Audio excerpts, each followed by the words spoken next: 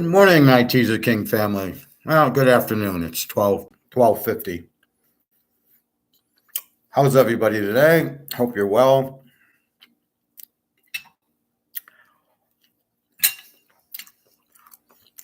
I guess they didn't shut down the government, unfortunately. It's still working. So I studied a lot on pro football last night, a little bit of college.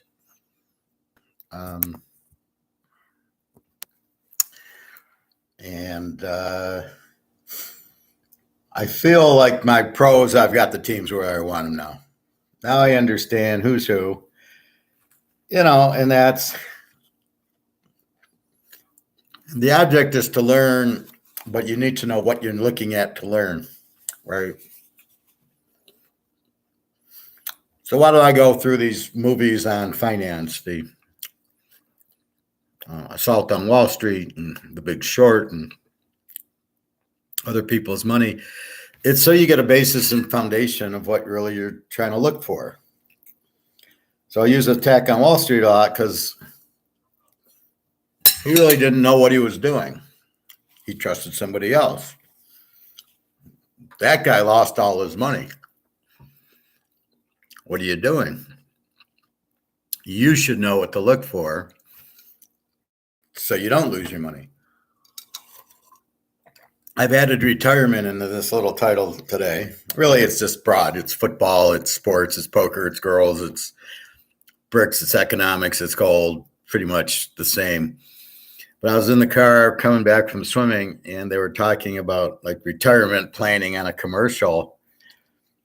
And I'm laughing because the people that are going to call this place have no idea what they're doing.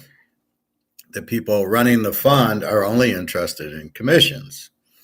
They're not interested in making you money. They're not interested in your retirement at all. They don't care about you. All they care about is their commissions.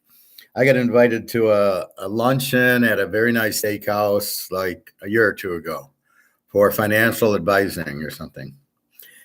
So I'm like, oh, okay, let's see. I'm there for the free steak because you're not going to teach me anything. And, it's the same, inflation's 2%. And I go, no, it's 20. Then they, you'll be in stocks and bonds. And I go, what about gold? And, they don't make commission. They don't care. So it really pisses me off when these guys try to, we want your money.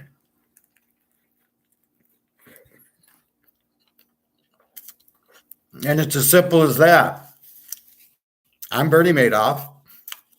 They're all Bernie Madoff. And I want to fuck you over. And I don't care if you make a cent or not. All I want is your commission. I want you in my product. I make commission. And it makes me sick because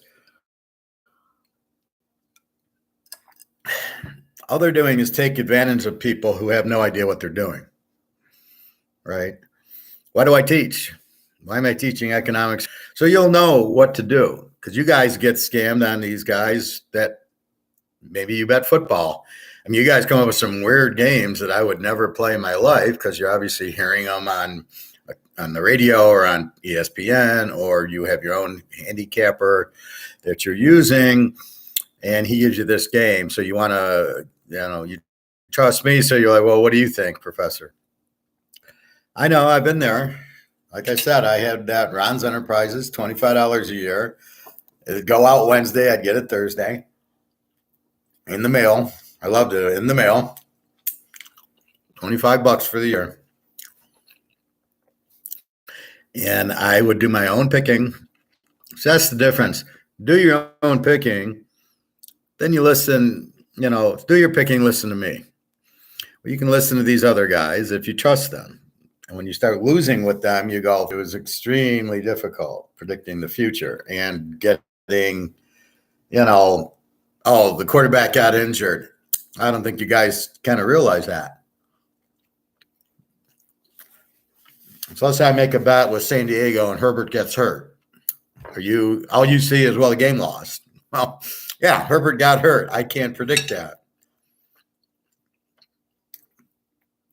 But if you don't understand it, you're just looking at the bottom result. I lost Washington near the end of the game on a bad defensive interference call, and then they got a touchdown. I mean, was that my fault? No. Was it a good pick? Yeah. So what I try to come up with is how to pick the games. What are we looking for in a team? And basically the art of war. We want to bet against the weak teams, bet on the strong teams. Let's go back to retirement first. Freezing today. All right. So the guy's not telling you about gold. Why?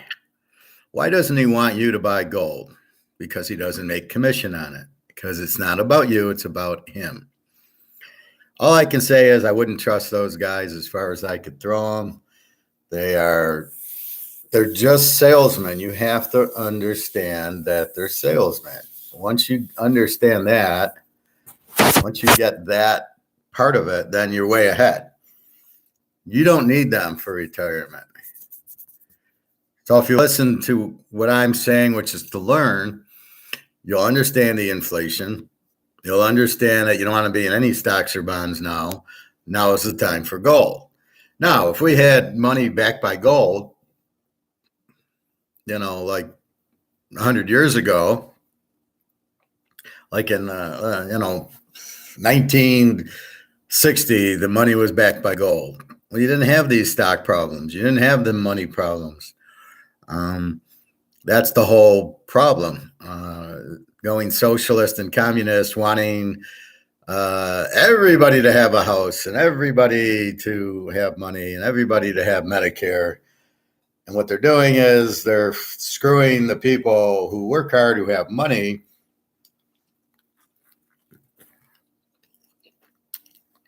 And they're saying, well, you guys can pay for these people who don't. I don't know a right way or a wrong way, but that isn't the right way.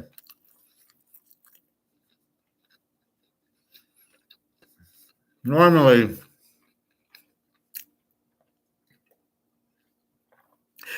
there's charities set up. Like I watch, there's a lot of this children's hospital, St. Jude's Children's Hospital on. That's what happens. So if a kid has cancer, you take them there and you don't have to pay for it. Okay, that's a way without socialism that people donate money to it. It's like $19 a month. They get a lot of money, and then people come and their children are sick and they don't have to pay for it because we're donating. That's how you should do it. Not the government should never be involved. The government shouldn't be involved with anything. No school. Just keep my money safe. Keep the law safe. So as we get to the retirement age, people don't know what to do because theoretically what you're doing when you're retiring is you're not working, right? I'm retired from work. Honestly, I don't know if I'll ever retire. Well, I always do this, but I don't know if you can. What do you live on for income? The answer is stocks and bonds and annuities. You put $100,000 into an annuity and you get 9% or 5%, probably like 2 or 3% a month. That's your income stream. Yeah, but as inflation rips through you, not only does the 200 or 300 you get a month not worth anything, but your annuity is worthless because the money goes to zero and you have nothing. And this is the point that that they don't know. So when they tell you, if you call the financial planner today and say, I got $75,000, I want to retire. Can I retire on it? Yeah, we'll put it in this stock and this bond and this real estate trust. And you'll earn $700 a month you'll get in revenue. But they don't understand inflation. Well, but the value of the dollar is going to zero, then what good is it? That's what the guy at the bank tried to tell me. We can get you in a 9% annuity. I go, but it's in dollars. What good is it? When the dollars collapse, my money is worthless. I don't want it in dollars. I want it in gold. And of course, we get into a little argument about gold, and I just laugh at the guy. I go, "You don't care. You're too stupid to know what it means. You're too stupid to understand what it is and what it does." So take the example from me. I've got the master's. I'm helping you. I'm teaching you. So you understand it.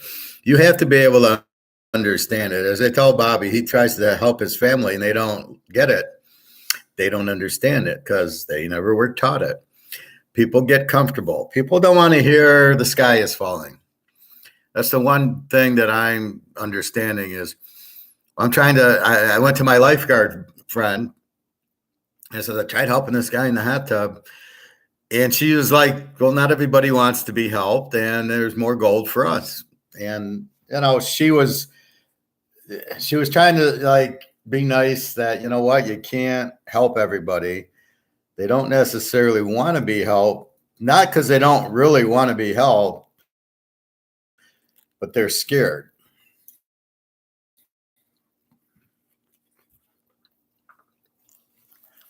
So they'd rather have their money in the stock market and lose it than know the truth that you never should have put your money in.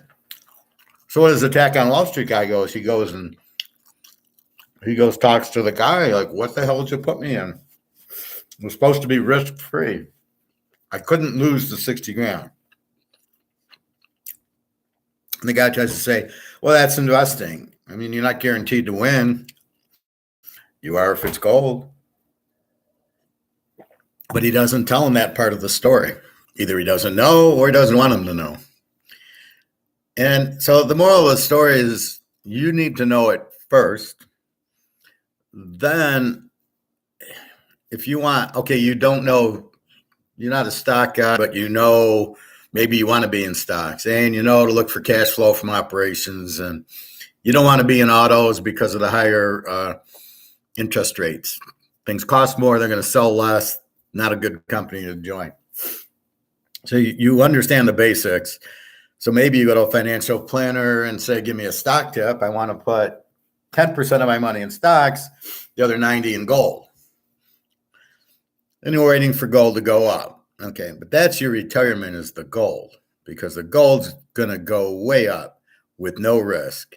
And you ask your financial guy or your stock guy, match that, buddy. And then he'll say, well, gold doesn't go up. Do you understand the difference between paper and physical gold? So the key is if you understand all the concepts I've been telling you, now you're ready for retirement. It's simple. Go buy gold and you can retire, and buy silver. And that's it. Get out of your money, buy gold and silver. And when the shit hits the fan, you won't be touched. You'll be fine. And it's the only thing I can tell you to go into. And if I had other things to tell you to go into, I would tell you. That's why I bring up the Mantle cards and the Tom Brady cards and the Jordan cards. Those are also assets, or the Rolex, that you can go into, but they've already gone up. They're at market. They're not under market like gold and silver are. So you're going to make a ton on the gold and silver where, okay, you got a Mantle card, and yeah, it probably will go up because it won't be priced in dollars. So the whole concept of the market is going to change because the whole market is in dollars. So we'll bring out our faithful Canadian club. You go to the grocery store to buy this. You want this, and it's $60. 60 of this shit. So this is what this is, 60 of these. So it's really 60 cents if you really understood this was not worth anything. What's it going to be priced in when the dollar goes? How are you going to price Canadian Club? How are you going to price the Mantle card? How are you going to price basically everything? Because it's priced in dollars. Even in Europe, in China, in Asia, things are eventually priced in dollars. So I might go get dinner in Barcelona, and it's it's 15 euros and I use my debit card and I convert it to dollars. So it cost me $20. But all that's going away. And it's going to be a pain in the ass to come up with the new prices for everything. That's going to be the most difficult thing. So they'll have to come out with a new one of these so they can kind of say, well, just use this price. So a $10 pizza is still a $10 pizza, but with different dollars. People are panicking about, well, I can't go to Kroger's. I have my silver will be worth $1,000 an ounce, but the groceries will be $20. How do I get change? Well, first of all, groceries won't be $20. If there's not a dollar, what's the value of the groceries? It'll then change. It'll then be priced in gold and silver. And keep in mind, gold and silver now are priced in dollars. The price will change. So I don't think one silver ounce will buy you a gallon of milk. Obviously, that would be a lot. I mean, I don't think milk would be that expensive, but just the idea of it. So in your retirement, you're thinking, I got to get out of dollars because the Titanic's sinking, as I'm telling you. And if you don't believe me, look at the Roman Empire. What did they do? That's what I love is the Americans. They asked Alligator, the Australian guys asked Alligator about why don't the U.S. people get it? And his answer was because it's like too big to fail. Well, it's the U.S. It'll never fail. They don't think like that. They don't think the dollar will ever go out. It's the reserve currency and all that. So they don't think that. And, and it's not that we don't think it. It's we don't know what it is. We haven't been taught it, except for you stumbling into here. And I stumbled into my master's program to learn Austrian economics. Now we know the truth. Now we know what's really happening, and we know how to protect ourselves. The only way we can protect ourselves with gold and silver, with real assets, but mostly gold and silver. You want a mantle card, great, but you're going to have to sell it for something. Maybe they'll be priced in gold and silver. Maybe a half ounce of gold will buy the mantle card because you need a currency to price things in, right? You need to get priced from somewhere. So when you're looking for retirement, it's a very simple look. You just buy gold and silver. You tell your financial planner, you ask them nicely, what should I go into? Oh, stocks and bonds. Well, but I'm worried about the inflation. And you just leave it at that. I'm worried about the inflation. Oh, well, that's only 2 or 3%. Do you know what inflation is? And the guy or girl answers, yeah, its price is going up and down, isn't it? And you go, no, it's the inflation of the dollar. It's the devaluation of the dollar because they're printing too much of it. And he'll look at you, and maybe he knows it, maybe he doesn't. Maybe he doesn't want you to know it. And so what do you think? How do I retire? Well, you buy Microsoft, buy the big stocks, Apple. But if the dollar goes out because of the inflation, then what do I do? Oh, the dollar will never go out. You look at him like he's out of his mind going, you're a fucking idiot. Then you bring up, well, how about if I bought some gold? Would that help me? Again, play stupid. See, if you play stupid, you can catch people to show how ignorant they really are. Or is he playing you? Is he playing you for your commission?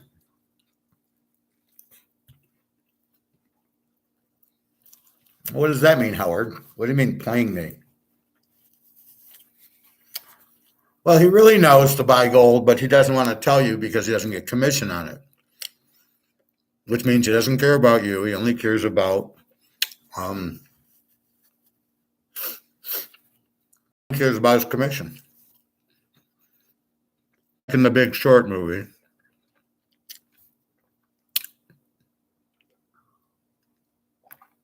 they go down to Florida.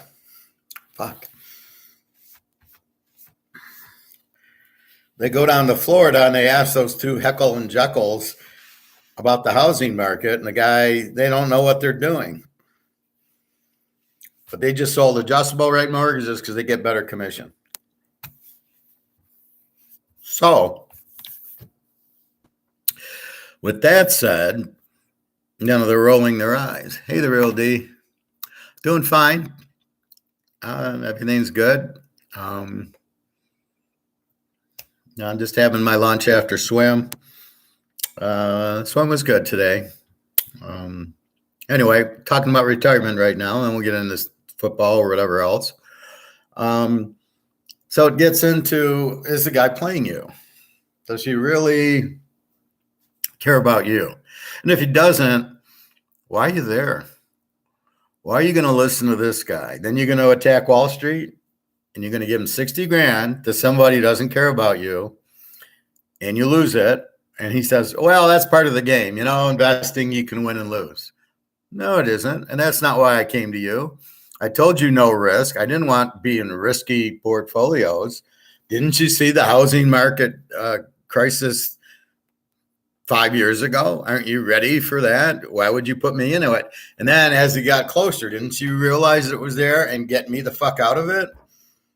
Aren't you working for me? No, I just took your money and got your commission, and fuck you, basically, is what he's saying. You think 401k is a scam? No, it's not a scam.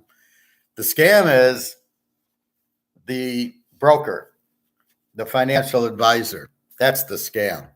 401ks, the problem with them is, okay, it defers taxes, which sounds good until you get an idiot like Biden in charge who raises taxes on you. And then when you go pull the money out, you get hit with this huge tax bill. I just assume pay the taxes up front, and I don't have to worry about it and still save my money. But if I was younger again, I would take my money. I would not invest in a 401k.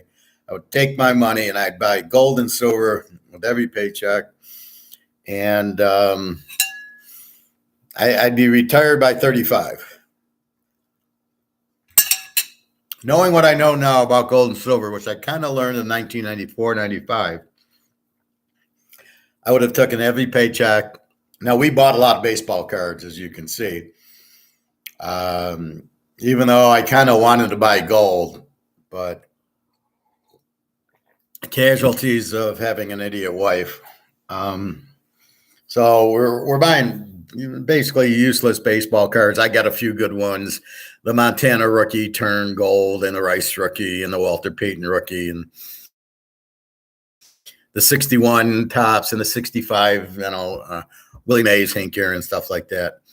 But that was me being smart and ironic. I'll probably make more money on those than I would have if I had gold, until gold goes through the roof. But 401ks are retirement accounts that defer the money. And then when you need it, you start pulling it out. Now, the idea initially was, well, you're going to retire at 59. So when you're 60 years old, you're not working, you start pulling out of your 401k money, and then you pay tax on it, but you're at a smaller tax base. Well, I'm not making 100 grand a year. I'm making nothing, or I'm getting Social Security. So when I do pull it out, I'm in a smaller tax bracket. That's the idea. But the problem is it's all changed. And then you add the inflation to it. I got to hear somewhere. When you add, when you calculate in the inflation, so that would work until 1971. As soon as 1971 hit and they took us off the gold standard, there's been massive inflation. I mean, just look at a show from the 70s, Kojak, or, who I like, or, any of these shows, and you look at the prices, a hamburger is $1, 50 cents for 10 cents for a Coke. Now it's $3 for a Coke. And it's, a big Coke at Coney Island or something. So this is the problem. But nobody's really understanding what inflation is. And if you notice, they don't teach it anymore. We won't tell them.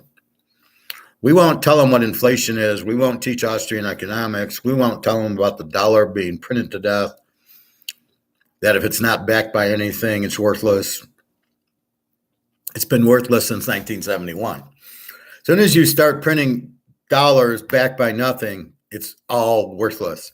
It has a number on it and it has a president on it to make it look good. That's the magic act. That's the magic show part of it. See, it says 100. Well, what can I buy with the 100? Well, I can buy a lot back then. Now I can't buy. I can't even go to the grocery store. I go twice a week. I go one for my meat, my chicken, and I go once, maybe twice for my veggies. I get my lettuce, I get my avocados. So I got my meat in that, and it's about $100. The meat's a little more expensive. That runs me maybe $50. And then the veggies, I'm getting broccoli, cauliflower, celery, mushrooms, peppers, red and yellow peppers, and a lettuce. And then I need salad dressing, and I need spices once in a while. So it's roughly $100 a week between the meat and the veggies. And so, but back in the 70s, it would have been $10 a week. But you would have made less. A house was $3,000. A car was $700-800. So you can see where we've headed, but nobody keeps track of the dollar that it's lost all its value. And so your only way out is gold, but they knew that. So JP Morgan has been manipulating the price since 1971, and somehow it went from $35 to $2,000. How did that happen? Even being manipulated, it's still $2,000. But now the world is needing gold because they're all fucked. Everybody's fucked. In 2008, we didn't have the big debt, so we could bail out the banks, which basically means the banks bailed themselves out. The banks run the government. The banks lost all their money, so they go to the government. Well, since we're the government, we're going to bail ourselves out, which they basically did. Even in the Madoff scam, they bailed everybody out. They let that happen because they were making money on it. JP Morgan made money. The SEC made money. They all made money on Madoff. Don't kid yourself. And there's people at the end I have to laugh at. Oh, I lost my life savings. Well, when you were getting 15% a month, why didn't you think of pulling your money out? Understanding that this is fucking impossible. It's a scam. I better get out. Well, it won't stop. So as long as I'm getting the money, I won't say anything and I'll keep getting it. But then when it stops, I'm going to cry like a baby going, well, I lost all my money in it. Well, you didn't lose all your money. You had to be in it for a couple of years at 50%. So you were making money out of it. But it's just funny how that happens. And now people will do the same thing. They don't understand the inflation. They don't understand gold is the only out. And when the dollar collapses, they'll start crying. Oh, the government. And he'll blame Putin. It was Putin's fault that we went bankrupt. Da-da-da-da-da. I mean, it's stupidity. They don't teach it. They should not be involved in schools. Schools should not be public. They should be private. Because you pay for them anyway with your tax dollars. So why not actually get educated? I want to learn gold. I want to learn Austrian economics. I want to learn how to read and write. And I want to learn math. The rest of the shit I could go on YouTube and learn about history. That's probably not even correct history. There's a lot of shit in the wars they don't tell you about that really didn't happen or didn't happen the way it happened. But that's the whole thing. So you need to understand it. So that's my job. My job is presenting you with things that you can't even fathom to understand them. You have no way of finding these. Come on. You have no way of finding it. You can't even find Austrian economics because I look it up and it just said, well, it's an old economic. It doesn't, everybody uses Keynesian now. They don't even give you a fair shot at it. And gold, where you find out about that gold is the savior. Gold will keep us alive. Where do you see that? Go try to find that. Only here. Even when, Alligator and Egon and those guys, they help you with it, but they don't explain it. They just say that Egon, the currency will collapse, go up. But he doesn't really get into why and how and everything. But he tells you what's going to happen. But if you don't find his obscure channel, if you listen to MSNBC and Fox and those, you're fucked. If that's your education, you're fucked. You'll never learn anything. So again, retirement, there's only one answer. It's get the fuck out of stocks, bonds, get off the Titanic, and into gold. And if you don't believe me, that's what I did. So my 100 grand out of the bank, and I show you my gold and I show you my silver. I don't want it in the bank. A, I can't get it out. B, it won't have a value anyway. It's going to zero. These bubbleheads are fucking it up. Raising interest rates to 5% isn't going to do anything. They could raise interest rates to 100%. I don't think it would do anything because you've printed the money. So I think the logic of raising the interest rates is that you'll put your money back in the bank and then they'll destroy the money and then there'll be less money in circulation. And then that would mean the inflation will go down. Really, yes, Professor, it's crazy when we realize that we have been lied to our whole lives. Well, that's why I'm a critical thinker. And I ask why, or I ask, is that real? 9/11, do you want to just sit there and go, oh yeah, there was a plane crash and that caused the buildings to collapse?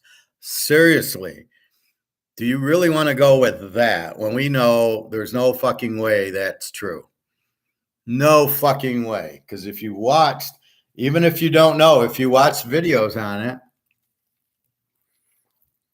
there's an impossibility that the airplane fuel could melt the steel. It's not possible. It doesn't get hot enough. Steel melts at 2,700 degree, whatever it's called, and the airline fuel only goes up to 800.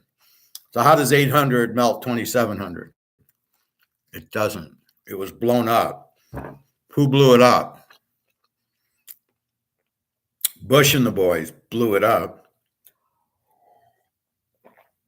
You can see the demolition. If you watch it like in slow motion, you can see the puff of smokes go down the building, flattening it. There was a lot of steel in there for the elevators. It never would have went like this. It would have went down 2 floors and stopped because all the steel supports for the elevators would have prevented it from going and collapsing. What do they tell you? Oh no, it was terrorists. Let's get Saddam Hussein or whoever's trying to come out with gold-backed currency. Let's get them. Anybody that's tried to have a gold-backed currency have been killed by our friendly U.S. government. And because they want to keep fucking us with this inflated dollar paper bullshit because they're all fucking corrupt. Hey, Luke. I stopped investing in my scam 401k buying physical gold mountains. Good man, Luke. Did you see the 2 alligator things? I kind of showed a little, but I can show some snippets of it.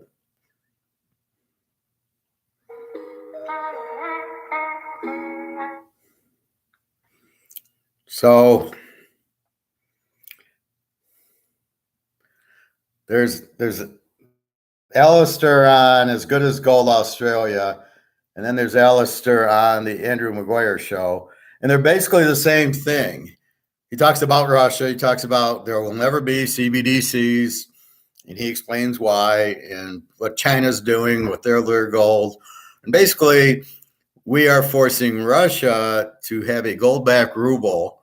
The idea was that the BRICS would have had in their agenda in August gold-backed currency. But the U.S. got to China and India and said, we won't trade with you. So they freaked out and okay. And Russia says, well, you sanction us anyway, so fuck you. You're at war with us about us having a gold-backed currency. That's what the war is really about, as I put 2 and 2 together. But you can't beat us, and so we're going to come out with gold-backed currency. So the ruble is now 98-1. And I know I sent Daria, she wanted a swimsuit, so I like making her happy. So it's 5,000 rubles. It was $50. So I said, here's $50. Go buy yourself a bathing suit. So she shows me the bathing suit and everything. And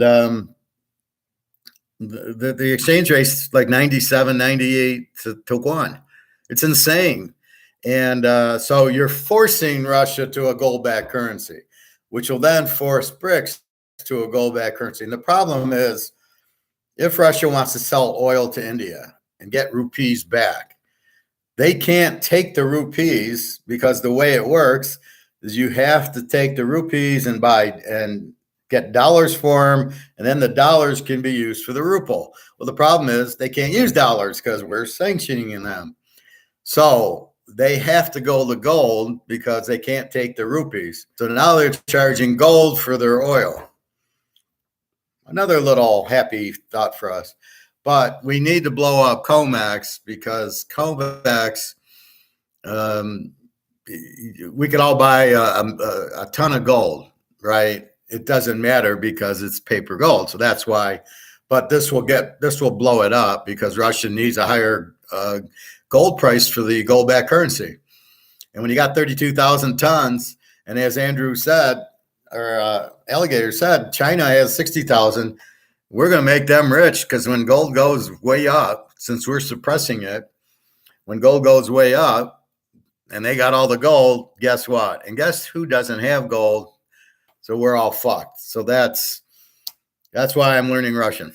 I mean, because we're fucked here. We're going to be, we'll be like medieval. It'll be like the Dark Ages again here. Or we'll go vacation in Russia or maybe Ukraine, because when Russia takes it over, we can all live in Odessa. It's a real nice city. You'd probably like it. They'll hold your hostage to 12 to 20 funds. Well, like I said, I was working now if I was 20 years old and working, I would just say 0 401k. Because I don't even want to be in a gold fund. I want to be in a physical fund. So once I know the dollar is worthless, once I know they're not backing it by gold, I'm getting the fuck out of it. Because it's at that point, it's worthless. This is why the whole world's crashing at the same time. And like I said, in 2008, we didn't have the debt we had. And so we could print money. So basically, JP Morgan, who ran the central bank and who runs the central bank, who has the license to print and who installs all the government people, goes broke. So he goes to himself and says, well, why don't you print us a couple $1 trillion? So he goes and prints the $1 trillion with the little John Hancock from the senator or congressman, whoever the fuck is in charge, who's on their payroll. So he's never going to do anything. So it's just such a corrupt game. So they bailed out, but they can't bail out now because the debt's too high. And if they got to print money to pay the debt, and they have to pay the debt because it's other countries that they owe. They can't just stop paying Germany or Britain or Japan. So they got to pay the debt. And then part of the debt is Social Security and welfare and Medicare and retirement, the whole military. You got to feed the military. Where's that money come from? You have military all over the place. Where does that money come from? It ain't coming from taxes because they don't have enough. They spend a lot more than the tax revenue. So how do they feed the military and get the bombs and the jets and the tanks and where's that all come from? Yeah, they're printing it. That's all inflation. That's why most countries go under when they go to war, because they don't have the money for it and they print the money for it. And that's what bankrupts countries all the time. And they're the leaders, and you wonder, why are you going to war? You don't need to go to war. You have the gold. That's the prize. That's why you go to war. That's why Germany went in World War II. Hitler went and stole the gold from all these countries. That's why they started sending them. If you watch that Die Hard 3 movie, and in the New York Federal Reserve, they show all these different countries' golds because they got scared of Hitler and they shipped it over here and said, you hold it for us. Except for we of course, were, a bunch of losers anyway. And we took it and sold it.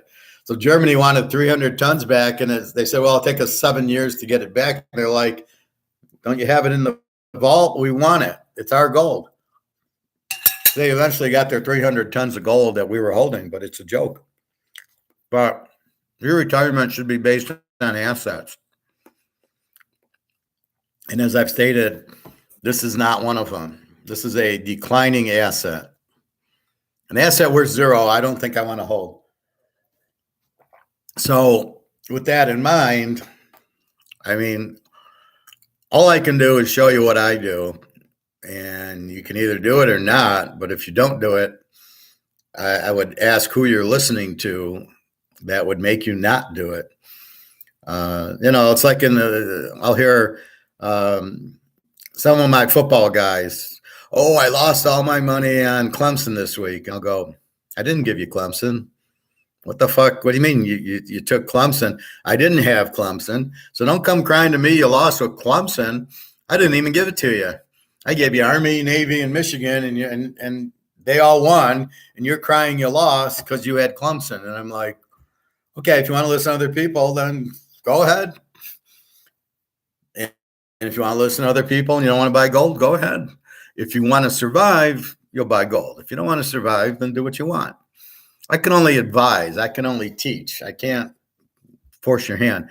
But that's what I would do with my advisor or stockbroker, whatever people use. I'm my own, so I don't need anything.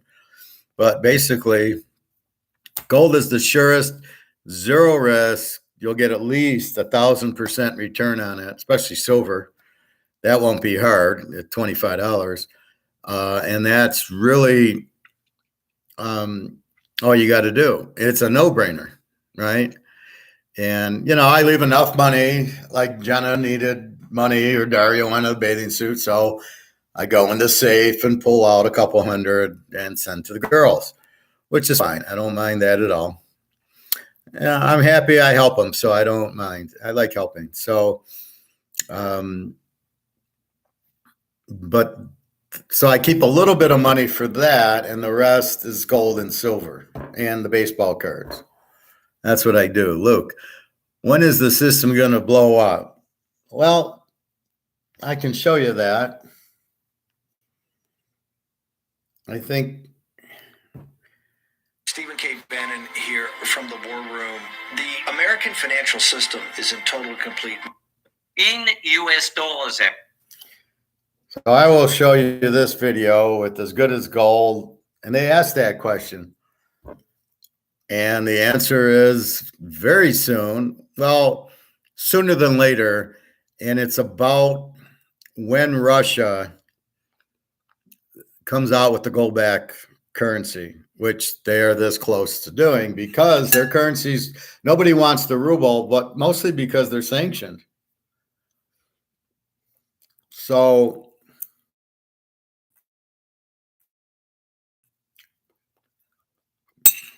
this is why it's going to happen. And as soon as the ruble comes out, gold back currency, as soon as the gold back currency comes out, BRICS goes to a gold back currency, and all the dollars blow up, and he calls it like a nuclear bomb. And the reason is, what would you rather have? Do you want this or do you want gold? What would you prefer? And this cannot compete with this because this, there's 10 to 20 trillion of this, and there's 244,000 tons of this. And then what Alligator just said was, oh, by the way, there's $90 trillion outside of the U.S. that the foreigners hold. And once they realize it's worthless, they'll sell it back to us, which is massive inflation. Because now we got $90 trillion printed. And the value of the dollar it'll be like 0.000. I mean, that's it. That blows it up. So because we're forcing Russia to go to the gold back currency, because nobody wants it because it's the ruble and it's sanctioned. And so who can even buy it, right? You've taken out all the NATO, all the Europe, all the America, England, Canada.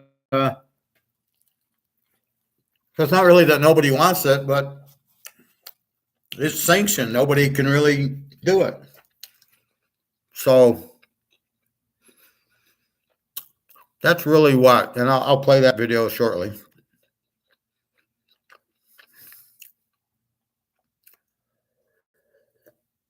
But that's the whole point of it. That's the key. That's when you see that, and you probably won't see it. You'll probably hear it from me first.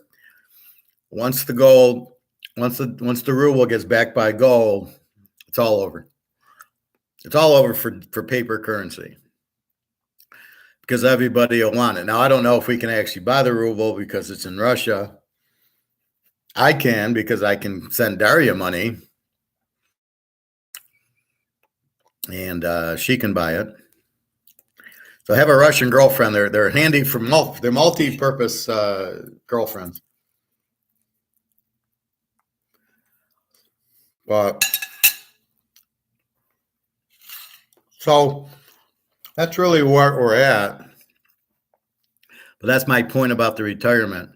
So if you talk to a financial advisor, stockbroker, like Attack on Wall Street guy, saying, I want to retire, those are the questions you ask him. What economics do you believe in?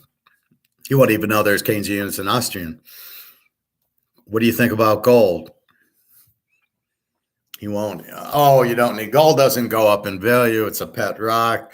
And as soon as he says that, you get up and walk out going, you're too stupid to manage my money because you won't care if I make money or not. I'll take my 60 grand and you're going to lose it. And you're going to say, sorry, that's investing. You win some, you lose some. No, not if you invest in gold. You win some, you never lose. You cannot lose. It's impossible to lose holding gold. If we get to physical gold, and we will. So when we get to the physical gold price, it can only go up because it's been suppressed for 50 years. And then after that, then hopefully it goes, then it gets to a physical price, which should be happening with the gold-backed currency because they'll need to price gold at a much higher price. And the dollar, the dollar's going out. So if nothing else, you've saved yourself this. So if you have 100 grand in this in your 401k, or your financial advisor says buy stocks and bonds in this, so you ask them, well, hey, Joe, what happens when the dollar goes out and collapses? Oh, that'll never happen. Oh, really? I suppose the Romans said the same thing. It'll never happen. So that's what you're dealing with. You're dealing with incompetents who only care about themselves, who are only trying to make commission off of you. So that's the whole point of it, right? You're trusting your hard-earned money with some guy who doesn't give a shit about you. Why would you do that? So you can only really trust yourself. I can guide you, and at the end of the day, you're going to make the decision. You're going to buy gold. Look, do you think the stock market and USD will be collapsing at the same time? I don't know. It'll be close. See, what'll happen is this $90 trillion held by the outside world will come home. Well, part of it is stocks. Part of it's in banking and money. Part of it's in real estate. So when they sell all that, they will sell their stocks. So that'll crash the market. And then they'll return the money, and that'll crash the currency. So I think it happens very close together. Once they start realizing they're fucked, they don't want to be in US dollars, and they will start selling it off. And that's the point. When the light goes on and they realize they got to sell it, that's when and it probably, you know how sheep are, right? Everybody at the Titanic, we can't sink, we're unsinkable. And then when they're 5 feet in the water, it's 5 feet on the deck, they start realizing we're going to sink. And then the whole boat then realizes we're fucked. And then they all try to get out at the same time. And that's what will happen here. So you got a few people that realize it. You have us that go, well, fuck, I got to buy gold. It's cheap right now, and I got to get out of the dollars. So we've already hit the iceberg, but we know we're going to sink. And so we're way ahead of the crowd. But the crowd, when it starts becoming obvious that it's going to sink, then you'll get the swarm. And that's what's going to really jack gold prices up, because the market will crash, the banks will crash, what are you gonna do? They'll all have to go to gold and silver. There's no other choice. You can't put your money in the bank before it collapses. Stocks and bonds. So what else do you have? Okay, they'll all buy Mantle cards, and they'll buy the gold and silver, maybe Rolexes, but they won't. They can't think like that. You've got to buy real assets. We'll buy real estate. Well, no, the real estate's very expensive with very high interest rates. That's not, it is a real asset. Owning a house is a real asset in a regular market. So if there's $200,000 houses and you buy one, yeah, it might go up to 300,000-400,000. But if you're buying it at 400,000 or 500,000 with high interest rates, there's no way that house is going up, and good luck selling it. If you buy a $500,000 house at 10% interest, what are you going to sell it for? Interest rates go to 20%. You're going to sell it for 100,000 because it's the payment that people care about, not the value. If I got to pay 5,000 a month for the house, I can't afford it. I can maybe afford 2,000. So you got to come up to a price that gets it down where it's 2,000. We'll sit there and buy it with gold. We're going to price your house in gold. I'm going to give you 2 ounces for your house, and you're going to take it because that's all you got. You don't have money. You don't. This is gone. How are you going to feed your kids? And that's where the gold and silver comes in. So that'll be the key. T Mangos, Mr. Mangos. Who's your top money line picks for NFL? I want to make 4 solid picks. Well, I really don't do money line picks. You can go to the site, www.teaserking.com, and get my picks. You can do that. But I don't, I can give you my best picks, and you can money line them if you want. That's totally up to you. But now this is more, I'm teaching you how to pick the games and everything, but the actual picks, you got to go on the site to buy them. Tim Cook, CEO, Apple, just sold $41 in shares, or is that 41 million in shares? I'm sure he sees writing on the wall. Well, also that guy from BlackRock sold a bunch of, or transferred a bunch of money out, and we'll watch Warren Buffett start panicking when he realizes his $2 billion is worthless. So everybody listens to him, and I don't know why. He doesn't even know what inflation is. His definition of inflation is prices, and he doesn't know why. And if you listen to videos, he has no clue. So why does everybody listen to him? Because he's got money? He sold fucking insurance. Big deal. He's a salesman. Why would you listen to him with your money? No problem, T, or Mangos, or whatever you want me to call you. Sure. The site's in the description, www.teaserking.com, but we can figure out whatever you need. I'm in a pool with a customer, and he's one of these. He picks the games even. So we're 4-0, and we took Kansas City over the Bears, and everybody had Dallas over Arizona. So we're near the top, and it's a big pool. So that's where we are. So I do that for him, and then he gives me 20%. So if he wins 50 grand, I get 20% of it. So that's my thing. But I talk about the games, but I don't really. It's just kind of opinion on who like if I talk about Oklahoma, Texas, I'll break the game down, but I'm not necessarily picking like what you want. But I do, I do go through some of the games too, if you're betting them. But really, the idea is that it's like teaching you about gold here. That's what I do. So it's not, but I'm not giving out. I give out a free pick. So yeah, I do that. But anyway, so keep in mind that the gold is your out because they can't print it. It can't go to zero. There's a market for it. As long as there's a market for it. So Alistair says, well, there's no market for the ruble. It's worth zero. And I don't agree with that. I think the problem is nobody can buy it because it's sanctioned. And And then, so what are they going to do? They're going to create a market for it by backing it by gold. That's what they do. So that's what's happening.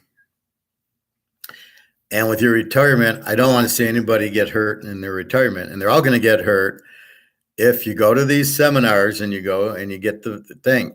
Now, it's your fault if you don't ask the advisor those questions I told you to ask him. What economics do you believe in? And he won't know. He won't know there's Austrian and Keynesian. Then you bring up gold, which he won't tell you because he doesn't get commission on it. In which case, you get a little upset going, well, do you care about me or do you care about you? I would like physical gold. Why aren't you recommending it? Well, we don't go there. We don't get commission on it. So in other words, it's not in your best interest to have me put gold in my retirement account and then you tell them to go fuck off. Because I'm here for me. I'm not here for your commission. I'm here for me to have my retirement. Because once I can't work till I'm 100. It's not for me. I can do this. But outside of that, you can't, you want to stop working eventually. The only way I can stop working is with gold. Otherwise, it'll be another Harley, it'll be another Mercedes, and you work there a year or two, and then you try to save your money, but what you do is you basically buy gold with the money. And then how much gold do I need? How much silver do I need? And then when does it finally go? When does gold finally go through the roof? At what point does, as Luke's asking, does the gold price finally go to physical, finally go up? We know it's going to be soon. Again, we can't tell, but this will help. So let me play you a little bit of the interview, As Good as Gold Gets, with Alligator. However, the price of gold remains pretty stable. I'd like you to do, if you could, explain what it would need to see the US dollar follow suit. The real winner in the AI race won't be NVIDIA, Google, or Hate Microsoft. these commercials. No. And what it would need to see the US dollar follow suit. So the question there is, he sees all these other dollars go up to gold. And, the peso, the pound, the Swiss franc, all the euro, they're all hitting record levels against the dollar, for gold. Why isn't the U.S.? And the real answer is because all these currencies are in U.S. dollars, and the U.S. price of gold is U.S. But we'll let Alligator tell you. How long have you got? I think the first thing I would say is that your points about the gold price rising in really these weakening currencies, which is really what it is. It's not so much the gold price rising, it's these currencies going down, even going down against a fiat dollar. So, if you're living in Japan and using the yen, basically you're seeing the yen going down.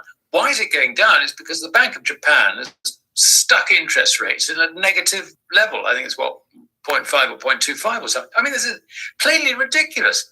And the statement that came out of the Bank of Japan that they're maintaining the rate at minus, 0.5%, in order to tackle inflation and to bring inflation back down to 2%. Come on, what is it? Negative rates to tackle inflation. It's beyond belief. They've just completely lost the plot. And as a result, the yen looks like breaking through the 150 to the dollar level. We're looking at the moment, I think on my screen, I have it, just quickly tap it up. 149.3. This is about to break a very, very important psychological level. And to some extent, these problems have been accelerated, not just for the Japanese, but if you look at the Indian rupee, that's the same story there. You look at almost any currency against this strong dollar. A strong in inverted commas dollar. They're all sort of being destroyed. Why is the dollar strong? Well, just look at the yield on the 10-year Treasury. That's now exceeded 4.6%. It's higher than it has been in the last, 11, 12, 16 years, whatever. I mean, it's going higher and higher. Now, in the past, we've discussed this. And, I've been warning people that interest rates are going to continue to rise and bond yields are going to continue to rise. And the consequence of that, of course, which leads into, the end point, if you like, that you were making, Daryl. The consequence of this is that there are going to be massive losses as bond prices fall even further. And on top of that, it starts undermining equity prices. And it's already actually happening in equity markets, but it's at a very early stage.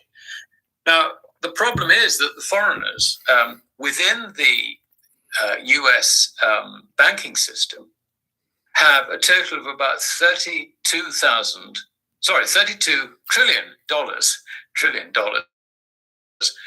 of investments and bank deposits and short-term T-bills, commercial bills, and so on and so forth. Now, that is a huge, huge number. It exceeds US GDP. So what do these guys do when they see the value of their portfolio investments? I mean, the long-term investments are about 24 trillion of this. 24 trillion, so it's slightly less than US GDP.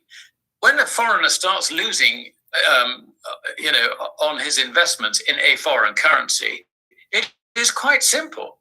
He just tries to get the hell out of it. So unless they liquidate their positions in these long-term portfolio assets and decide to hold cash dollars or swap it into more short-term investments, they're going to sell dollars. I mean, they must do. So under those circumstances, the dollar is poised for a complete collapse. Now, it's even worse than that, because we're only talking about the dollars and dollar investments which are within the US banking system. On top of that, you've got the euro-dollar system. And the Bank of International Settlements, a guy called Claudio Boria, produced a paper fairly recently trying to draw everybody's attention to the risks in the foreign currency markets. Now, he quantified those risks as being around about $93 trillion. $93 trillion, of which 88% has the dollar on one leg of the transaction. Now, what these are, basically, is on and off balance sheet obligations in dollars outside the US banking system. So you need to add that back into the mix. Those positions on a falling dollar will be liquidated as well. And let's look at the other side of it. What, if any, foreign exchange is owned by US residents? Well, the answer is only $750 billion. The ratio is some incredible level, like, for something like 180 to 1. I mean, basically, there is no foreign exchange, for all intents and purposes, there is no foreign exchange in the possession of US residents to absorb the potential selling from arising initially from a bear market and then cascading as dollars credit outside America is disposed of as well. There is virtually no foreign exchange in America to absorb it. Now, you can argue that the central banks will sort of intervene and they'll increase their swap lines and all the rest of it. Yeah, but usually when we're talking about swap lines, we're talking about quantities like, $50 billion.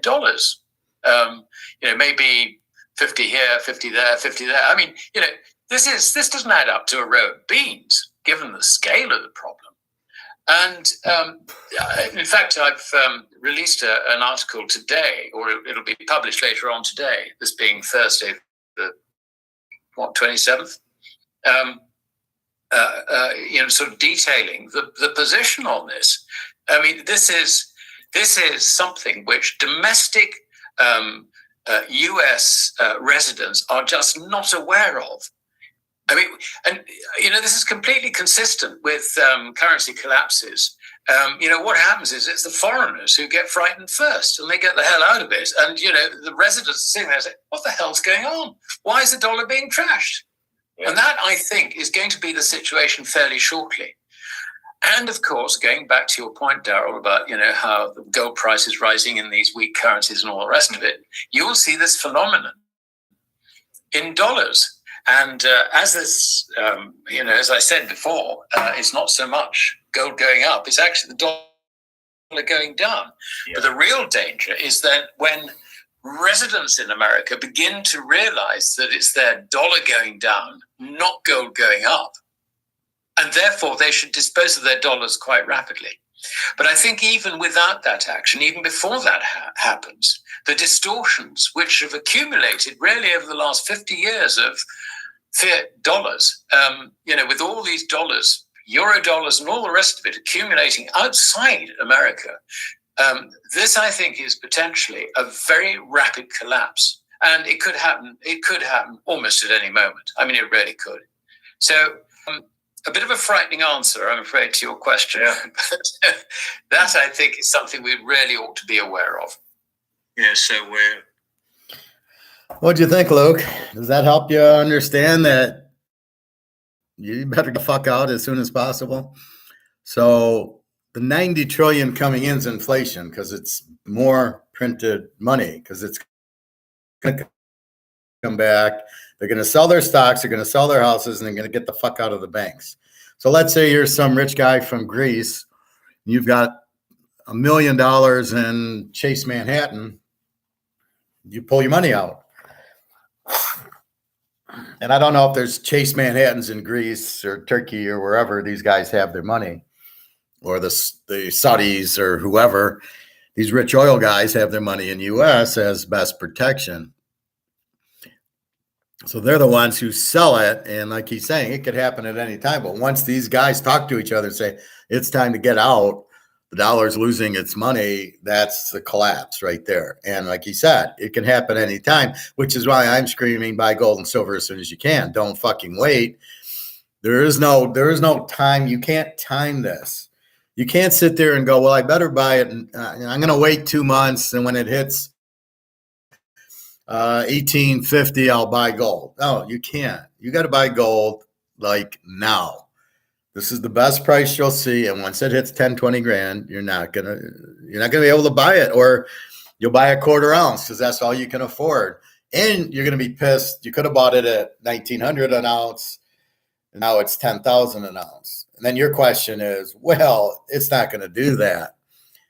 That's what the stockbroker will tell you. Oh, gold's never gone up. Have you realized it's been price fixed for 50 years? Do you realize there's paper gold and physical gold? All questions he's clueless on. And that's really, when do you want this guy running your money? So he's investing this money for you. Is that what you really want? If you want somebody else who you don't know, who doesn't know shit, taking your 60 grand or your 100 grand and investing it for you. What have they been doing? Buying stocks. I'll put your money in Apple and Tesla, and oh, look, we made money. A chimp could have made money in those stocks because they're all bullshit stocks. They're stocks that are all, everybody's buying only those 5 or 6 stocks.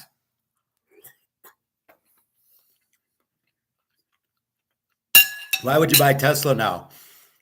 So you're telling me nobody's buying cars because they're too fucking expensive, but yet I'll buy an electric car? Really?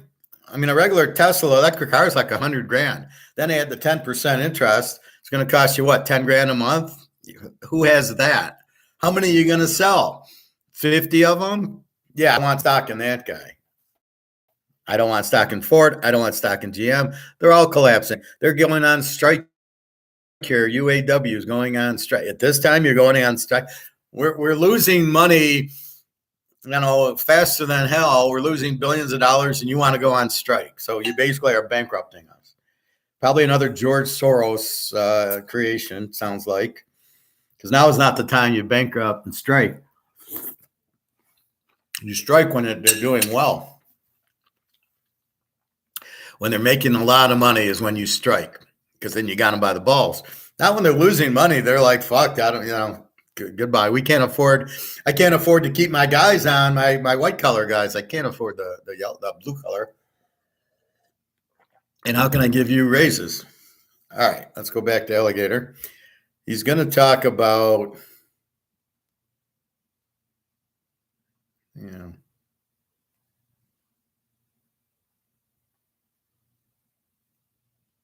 understand it. I mean, are they fed propaganda to the opposite degree that they don't understand this, in the position they're in? Is it? Okay. And of course, going back to your point, Daryl, about how the gold price rising in these weak currencies and all the rest of it, you will see that before it's not so much gold going up; it's actually the dollar going down.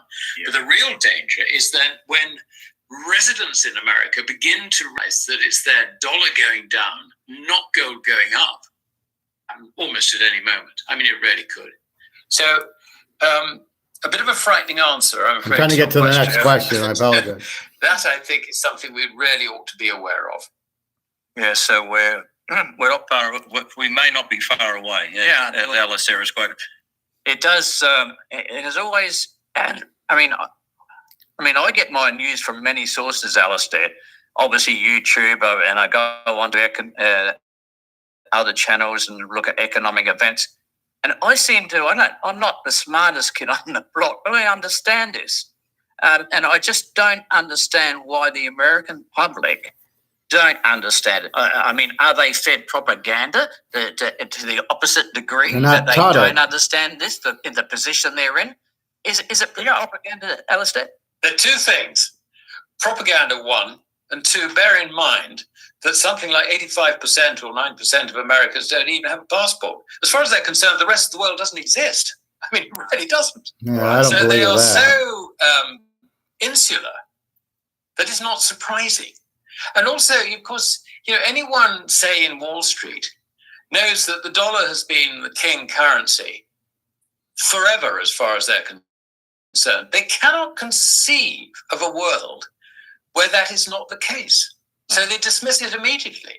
I mean, I've got friends in America, even sort of Austrian economists who find it quite hard to understand the geopolitical situation and how that is shifting and how that is, tipping the dollar into a potential crisis on its own. Because they say, I mean, like Janet Yellen said when she was in China. She's not an Austrian economist. On this very question, she said, well, roughly 90% of world trade is settled in dollars. That's never going to change. Yeah. Okay. I mean, you can see the level of belief is so entrenched. And Americans, God bless them, I mean, I do love them. They are very insular in their outlook. And I think that probably explains... right. See, it doesn't. See, he doesn't get to the bottom of it. The bottom of it is it's not taught, except for what we're doing here. You're not taught about the gold. So it's not that you think it'll never collapse or that. You don't really know the answer. So therefore, you just keep going with what you do know. We're smart enough to be open-minded that if we're taught it, we will understand it. Good luck finding somebody to teach it besides moi. You're not going to find it. In school, they teach Keynesian economics. That's the real answer, is we're ignorant to it. We see Wall Street. We see people get into selling drugs for money.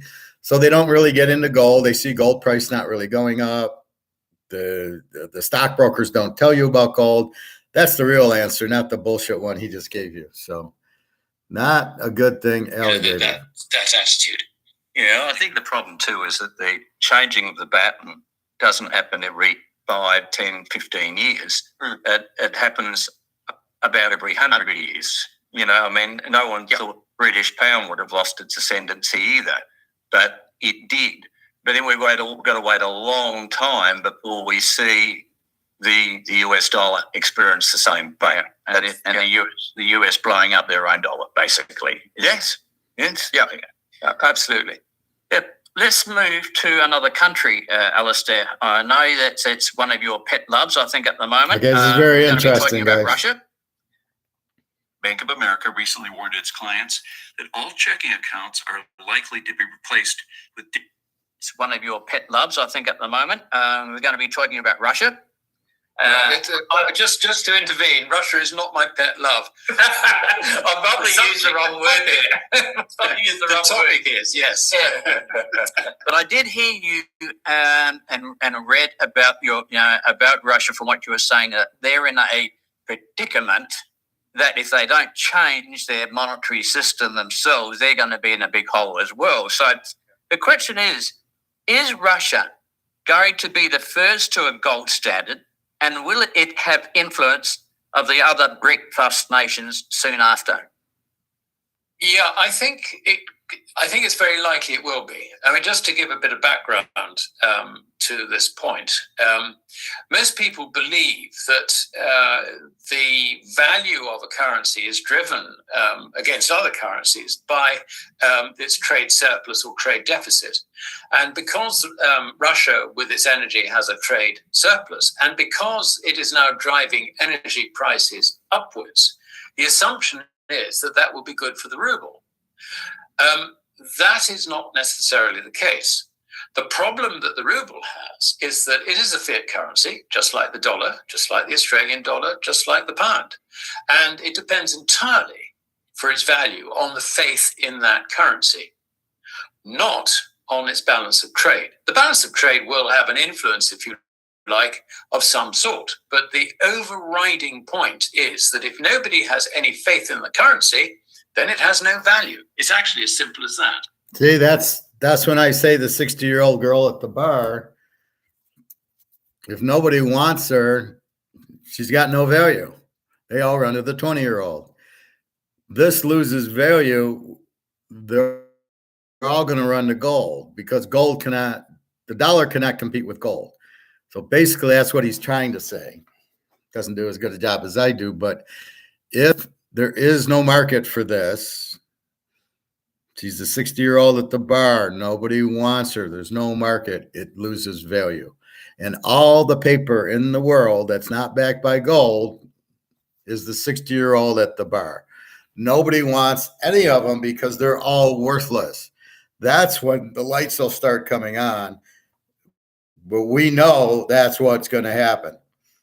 We can't answer Luke's question of when, but this is the problem for every currency in the world. They're all not backed by gold, and all of them will not be wanted. They'll all be the 60-year-old at the bar that nobody could give a shit about.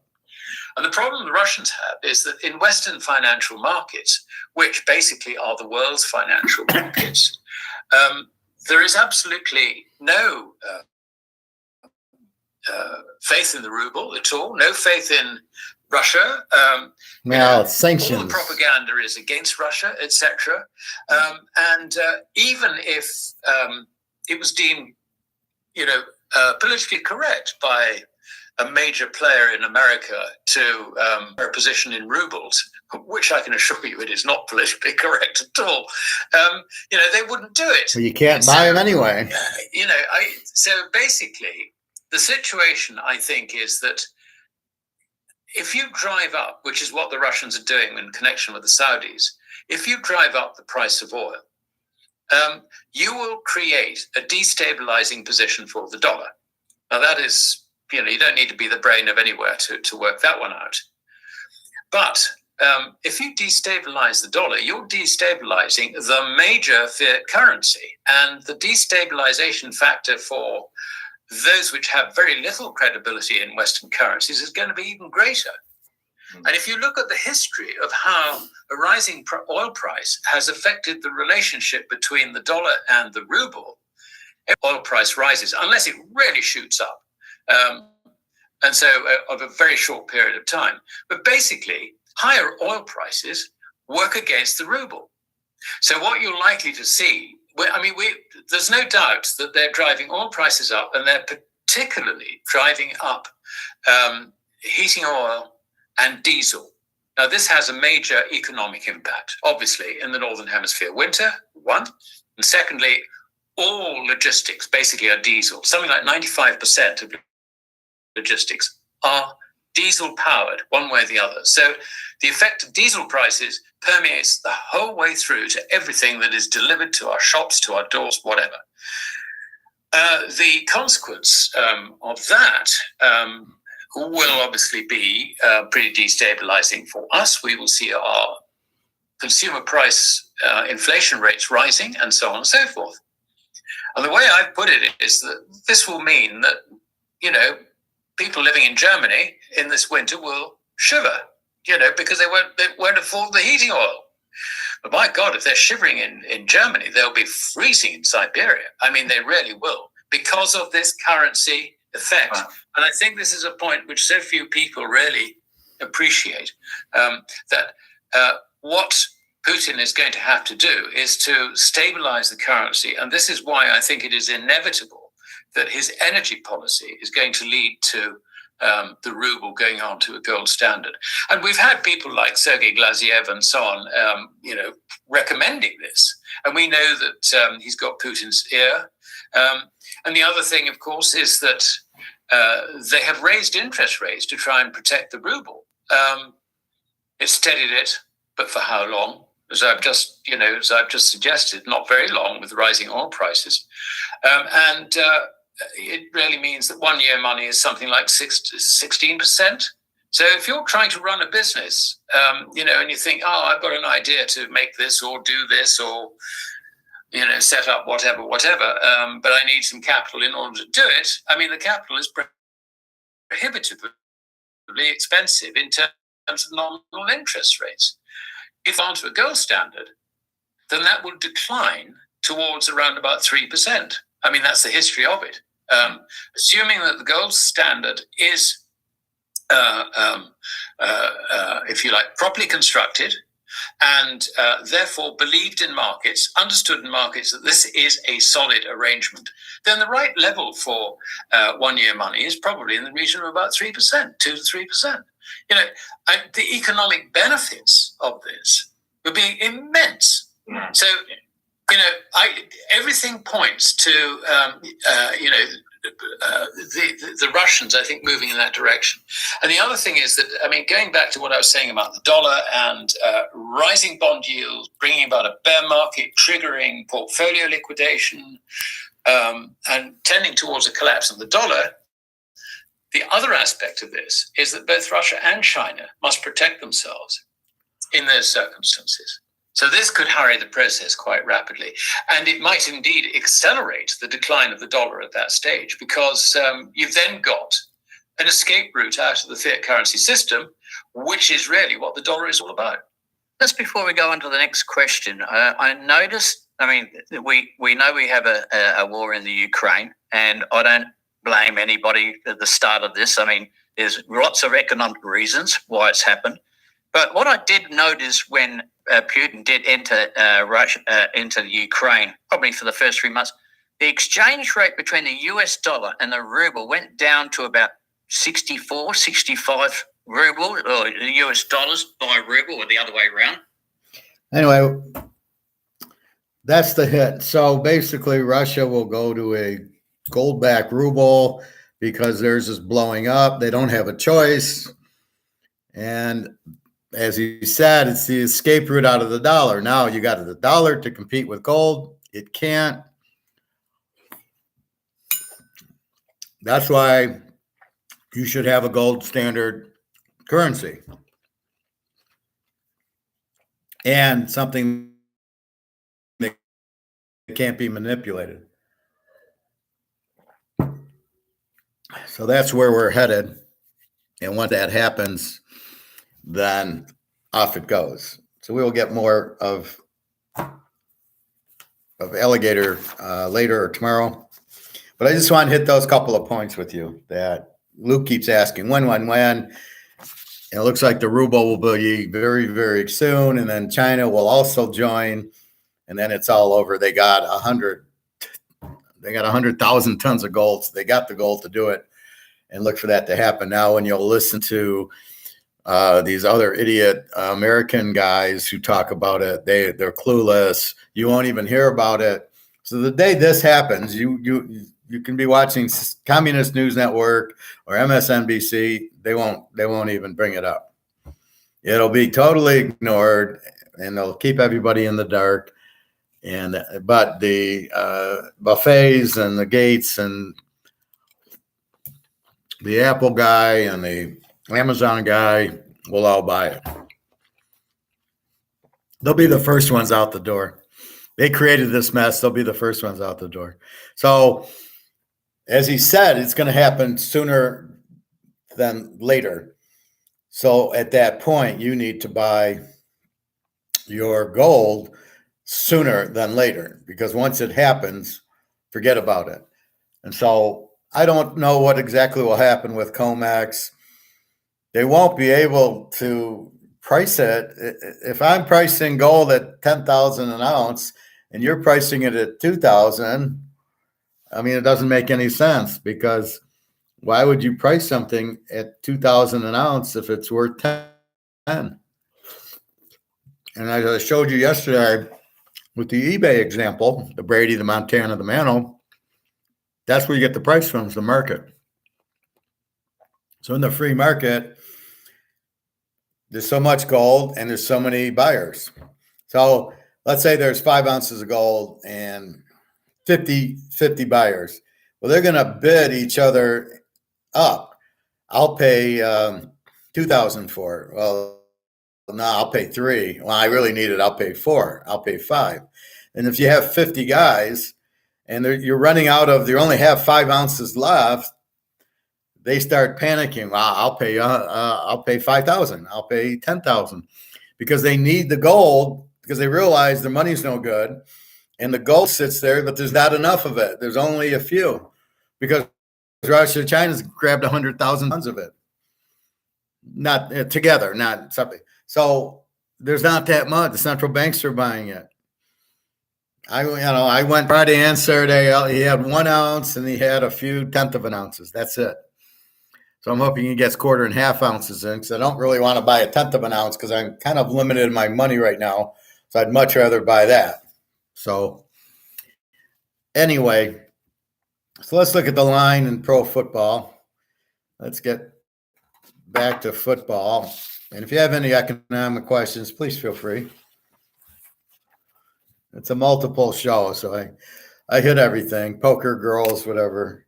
It's all economic. It's all women.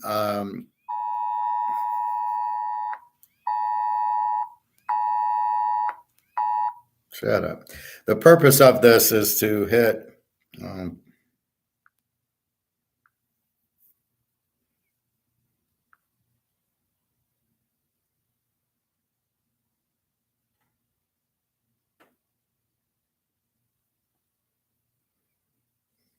so the purpose of the class is to hit different things. But the thing is, with most things, it's all economics. Women are all about competition. And you have to learn what she likes. She might like a green apple and you're trying to give her a blue banana or something, right? So you got to understand the product and then the competition. And you're usually dealing with not so much attractiveness as money, security, and being honest in the way you treat them. And so you just got to understand the game. All right, let's go into football. So let's quickly do the pros. I got those pretty fucking down to a science now. Now I'm ready. I've hit the last 2 weeks. Last week was very hard, and now we go this week. We've got Washington. I had 7. It's down to 5.5. I wonder why. 44.5. I assume an injury. That didn't move. I'll check injuries later. Buffalo 5.5, 48.5, hasn't moved. Atlanta 2, up from 1.5, 41.5, hasn't moved. Detroit 9.5, up from 8.5, 44.5, 45, hasn't really. The totals don't move as much in pro as they do in college. Tennessee's now a 1-point favorite, 42.5. We've got the Miami now 10.5, 48.5. We got New Orleans is now 1. New England was 1 and a 40, up from 39. We got Baltimore 4, 38.5. That hasn't moved. We got Cincinnati 3 and 44.5. We've got the Eagles 4.5, up from 3. 50.5, up from 49. I'm not sure this is a high scoring game. Maybe. We got Denver 1.5, down from 2.5, 43.5. We got Kansas City 4, down from 5.5, 52.5. We got the game of the week, Frisco 3.5, 45. And we've got Oakland, Green Bay. We got Green Bay -1, 44.5. So those are your lines. Let's go to the injuries. So we understand the line now is who's not playing. How's it going to change the expected outcome of the game? The injuries. And how up to date is this? So usually today's Wednesday. Atlanta.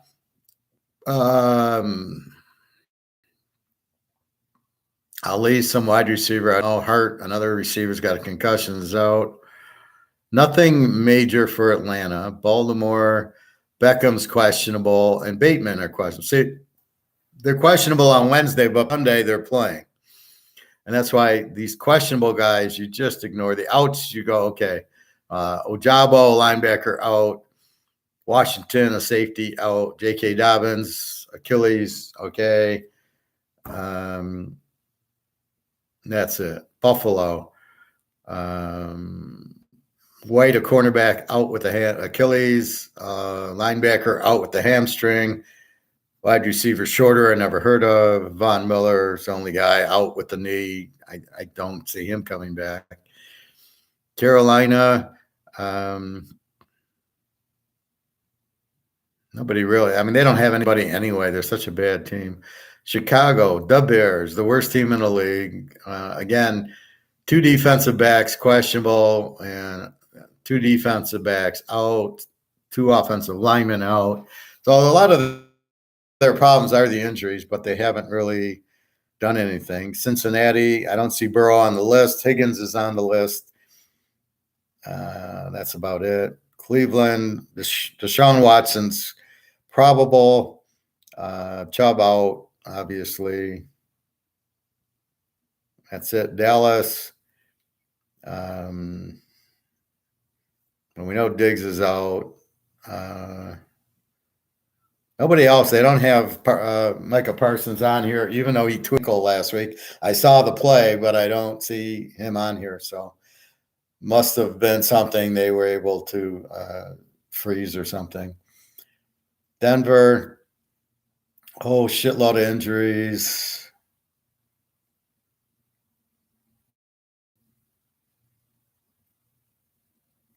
Nobody I know. Judy's not injured. The other guy, I don't know if they even kept him on the team. The guy from Penn State who just never panned out. He always was injured. Some of these guys, they come out from college and they spend 5 years injured or most of the Alabama receivers are always injured. It's amazing they got through Alabama as injured as they are now. I got a feeling that in Alabama, this guy's a crazy guy, the coach, and he plays these guys injured. When they get onto the pros, they're always injured, right? So you tell me they didn't get injured at Alabama? Really? Detroit receiver St. Brown, questionable. I'm sure he'll play. All these guys are questionable. That receiver Williams from Alabama, he doesn't even know the playbook. I was listening on the radio. He's lost. This guy's a flop. I don't know.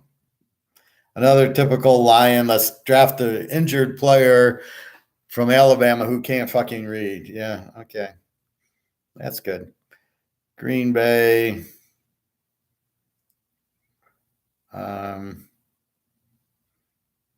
Alexander, cornerback. Again, he's questionable. Bakhtiari out. Well, what else is new? He's always out. I don't even know why he's on the team. He never plays. Houston.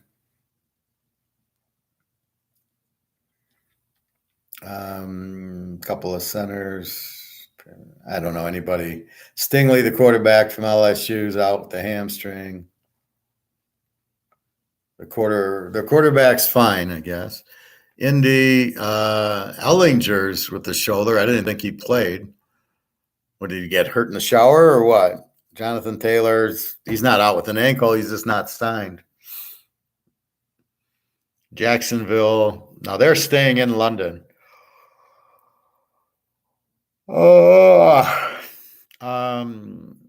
Couple of wide receivers questionable. Tight end, cornerback, a bunch of nobodies. Kansas City, everybody's good. We're worried about Mahomes, but apparently his ankle's fine.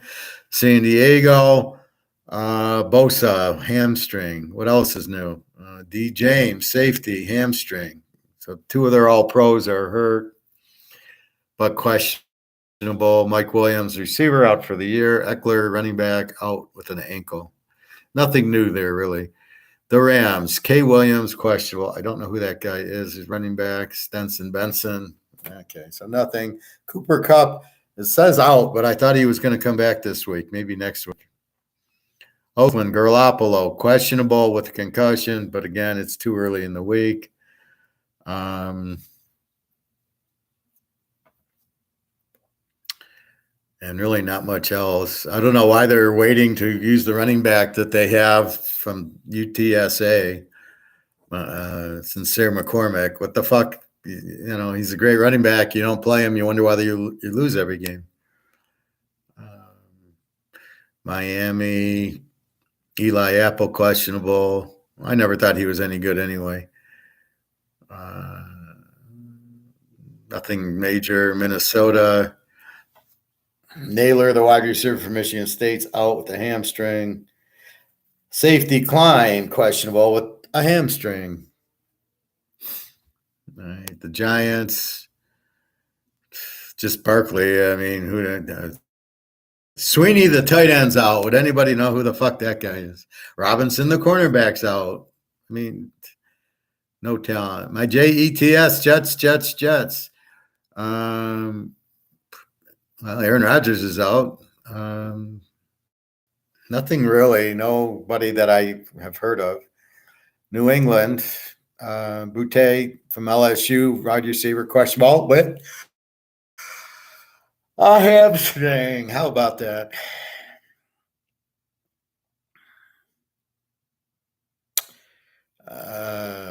Just nobody. There's no Brady. There's no Gronk. It's not worth going through New England. New Orleans. A couple of cornerbacks, questionable. And that's it. Hayner back in 2 weeks. Week 5, week 7. Philadelphia. Questionables. Nicole Dane from Georgia is out with the foot. Otherwise, nothing. Pittsburgh, Kenny Pickett, questionable with the knee. So they probably don't want him to play. But then you get Trubisky. So you go from one minor leaguer to another. I mean, what are they thinking, Pittsburgh, as far as drafting quarterbacks? Oh, my God. Freiermuth, the tight end, hamstring, late October. McFarland, running back, out. Dennis Johnson, wide receiver, out, hamstring. Unbelievable. Frisco, Eli Mitchell, questionable with the knee. So you got the big game this week, Dallas and the 49ers. Seattle, a couple of questions. Okay, defensive end out, never heard of.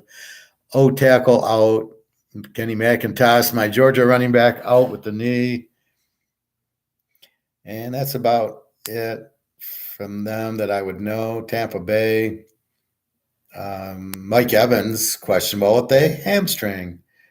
Amazing, all the hamstrings. The correlation between no preseason and hamstrings has got to be 95%. You got to get the players ready to hit and be hit and run. Sitting them down because they don't want to get hurt in the preseason is not the answer to that. That's like the pitcher pitching 5-inning ball games, 100 pitches, and that there's more injuries now than there ever have been. Unbelievable. Tennessee, let's see, anybody? No, not really anybody we'd know. Wide receiver, Washington, wide receiver, questionable, out, D-Bine, who knows? And that's it. So really, I didn't really see anything causing Detroit to be a 9.5, Tennessee to be favored, New Orleans to now be favored, and KC to drop to 4.5. I haven't seen anything in the injuries that would have caused that. So I don't know what, there's no logical explanation. And the problem is it's probably algorithm driven, which we take advantage of.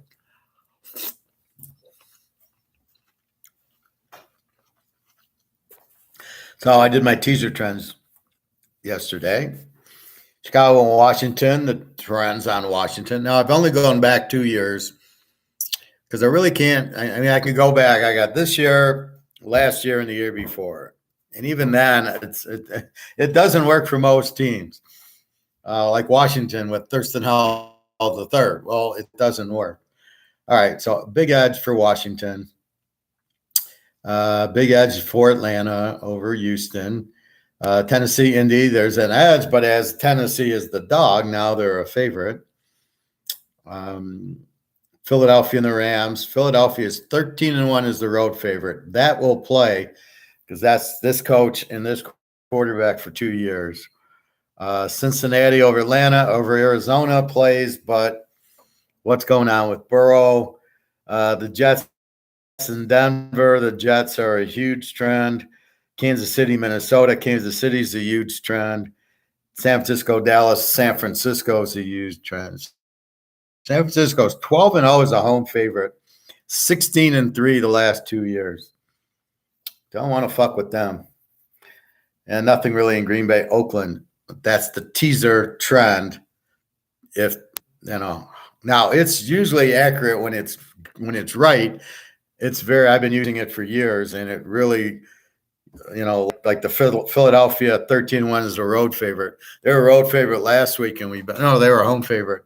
They were a road favorite a couple of weeks ago, and we had them and won with them, I think, at New England. So it does work. It does show the team. Now the team might not look great, and Kansas City, their offense isn't there. Yeah, we know that, but they just played the Jets, and now they're going to play Dallas, and their offense isn't going to. No, they're going to play Minnesota, and all of a sudden their offense gets better. The same thing with the Jets. But he's on Wilson, but he's played Dallas, and he's played New England has a good defense, and then Buffalo, and then Kansas City. Wait till you get a load of him at Denver. I mean, he's going to look like Joe Montana. So it depends who you're playing before you start bitching. He's no good. Yeah, how many people are good against Dallas? I mean, come on. So let's look at teams you play in a teaser for the last year and plus these 4 weeks and 2 years. The Niners, Atlanta's very strong, although last week they sucked. Philadelphia, the Jets, San Diego is extremely strong the last 2.5 years in a teaser. Kansas City, Seattle, Cincinnati, and Miami. These are teams that if you just bet, I don't know who to bet on. I'm going to bet Philadelphia, San Diego in a teaser. You win in about 90% of them, just if you pick those two teams. That's what it tells you. Now, play against in the teaser. These are teams that if you bet against, so they're laying 7. I'm gonna drop it to 1. I'm getting 7. What would this be? So if KC's laying 7, I'm gonna go against them and take the 13 with the team. This is taking the team against. San Diego, again, play all close games. I think every week of the year, you could have bet on them or against them, and you would have won. They play close games. Denver, Oakland, Indy, New England, Cleveland, Arizona, Washington, Atlanta, New Orleans, the Rams, the Bears, and the Vikings. The worst are the best teams to bet against: San Diego, Atlanta, Chicago, and Minnesota. Well, no surprise about Chicago and Minnesota. San Diego and Atlanta and Arizona, San Diego and Atlanta are they play close games, and that's all there is to it, like Minnesota. So if they're laying 3, you could take the 9 and you'll win a lot, or you could take the 3 and you win a lot. So again, I love San Diego as a dog. That was my lock. Seattle as a dog. That was my lock. So that's what you're looking for. Let's see. What should we make our free pick here? There's so many.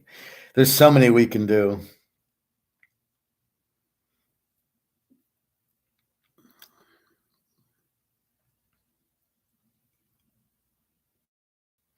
Well, I think we got to go to the most. Well, I don't want to do. I hate Thursday nights. Man,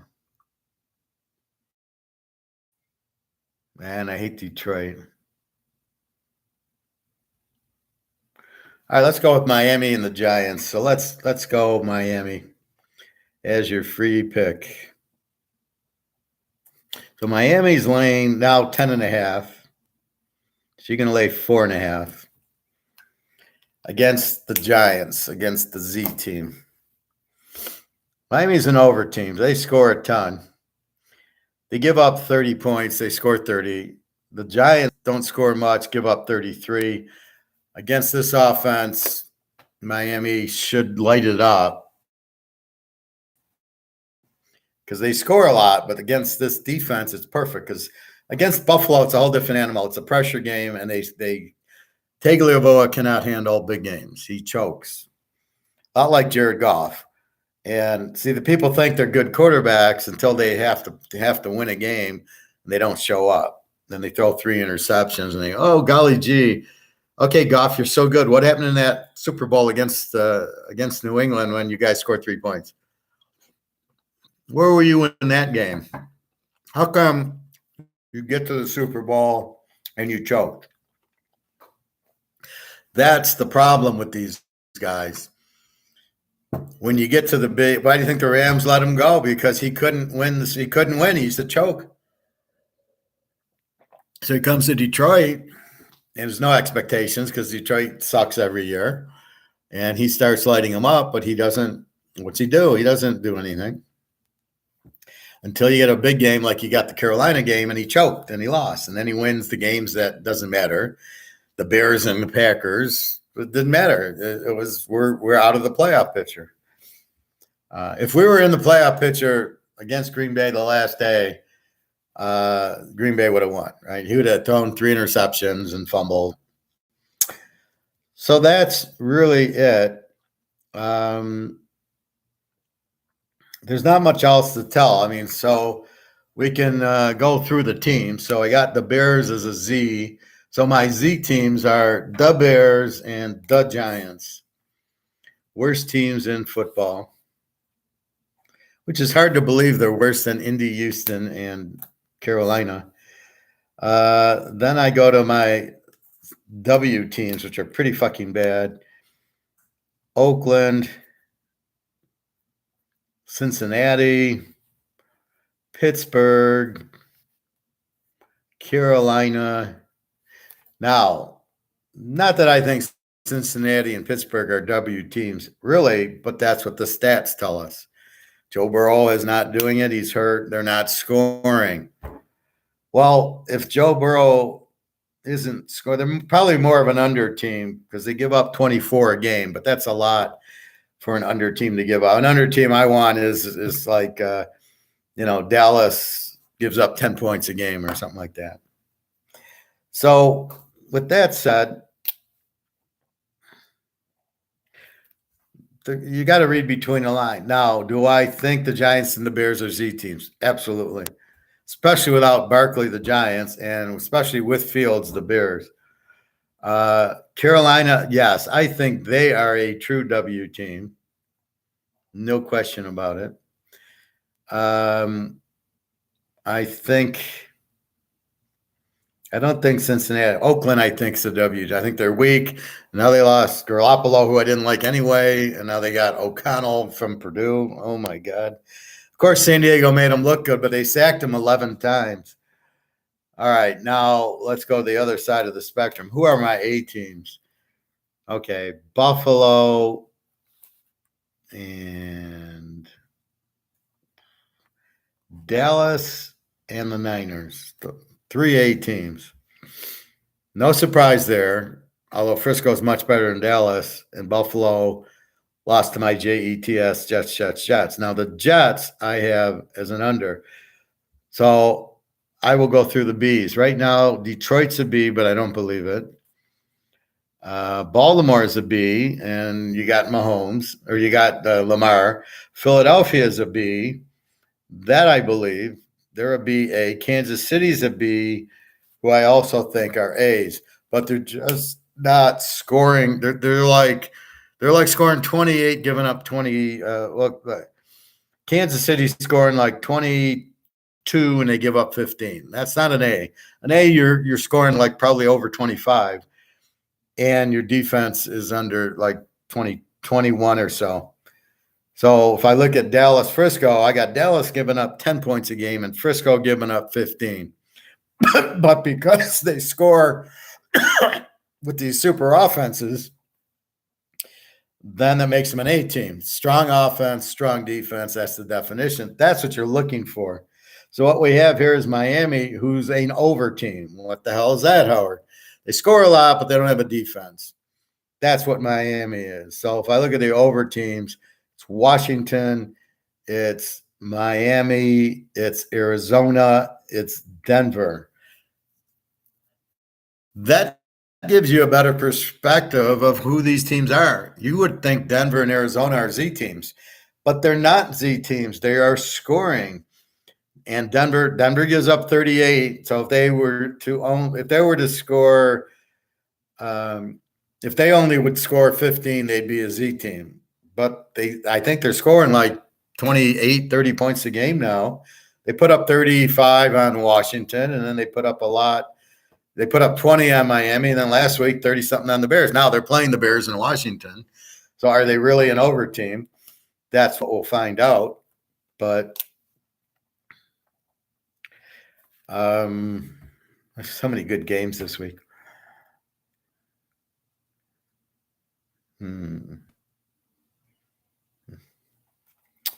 Let's see, Philly.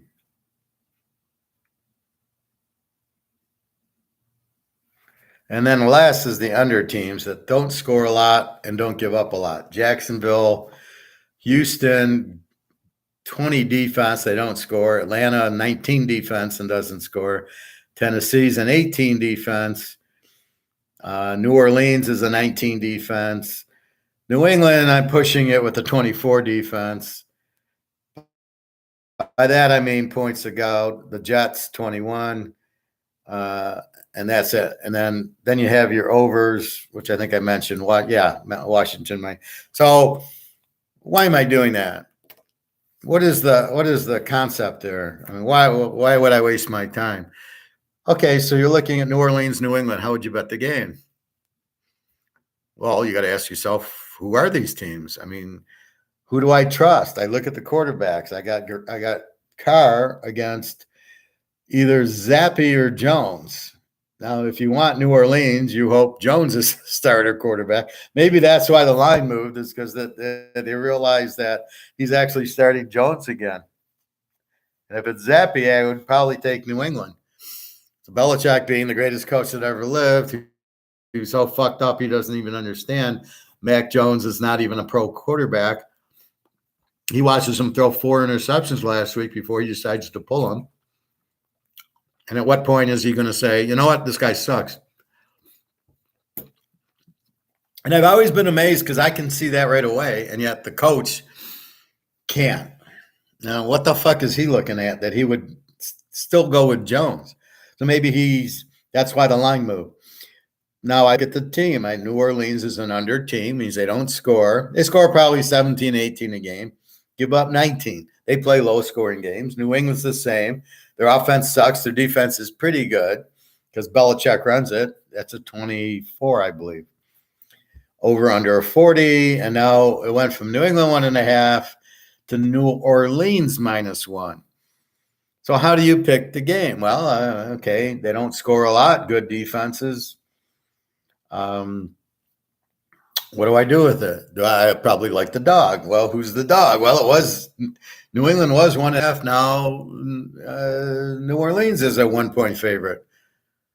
Are we done yet, or are we going to keep switching back? Are the sharps going to keep betting it? So that's what you look at. But how do you come up with it? Well, you got to look at the defenses. You got to look at the quarterbacks.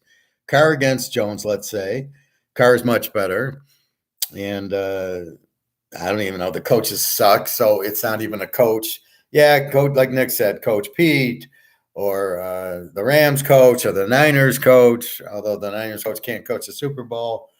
Andy Reid, I'm not sold on. Belichick, certainly way overrated. Only good with Brady. Hardly the best coach that ever played. You can see how he is without Brady. Now, let's take Vince Lombardi or Bill Walsh. How do you think Vince Lombardi would have done without Brady? Wouldn't have missed a beat. He'd still win Super Bowls. How do you think Bill Walsh would have done it? It was his offense. Even with Steve Young, he would have still won Super Bowls. So it's not the quarterback, but how does Belichick do without Brady? He doesn't do shit. He doesn't even make the playoffs. I mean, that's the difference. A good coach would have replaced Brady and kept going because it would have been his system, but he doesn't touch the offense. And now he's not even a good defensive guru because he doesn't have a Lawrence Taylor to lean on. Or in New England's case, they had all those good, the Teddy Bruschi and Seymour. They had all these stud defense. Now they don't. So this is their problem. They can't draft a wide receiver to save their ass. They draft a kid out of Arizona State who sucks. They let him go. Somebody else, I think Minnesota, picks him up and they cut him. It was like, this guy sucks.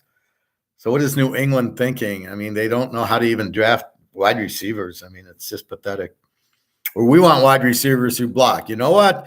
Then go draft blocking tight ends out of Iowa. I mean, what the fuck? So that's what we walked through. So by ranking the teams, you can walk through the game. So let's walk through Miami and the Giants. So we got my spread, Miami -10. Spread is 10 now. It was 9.5.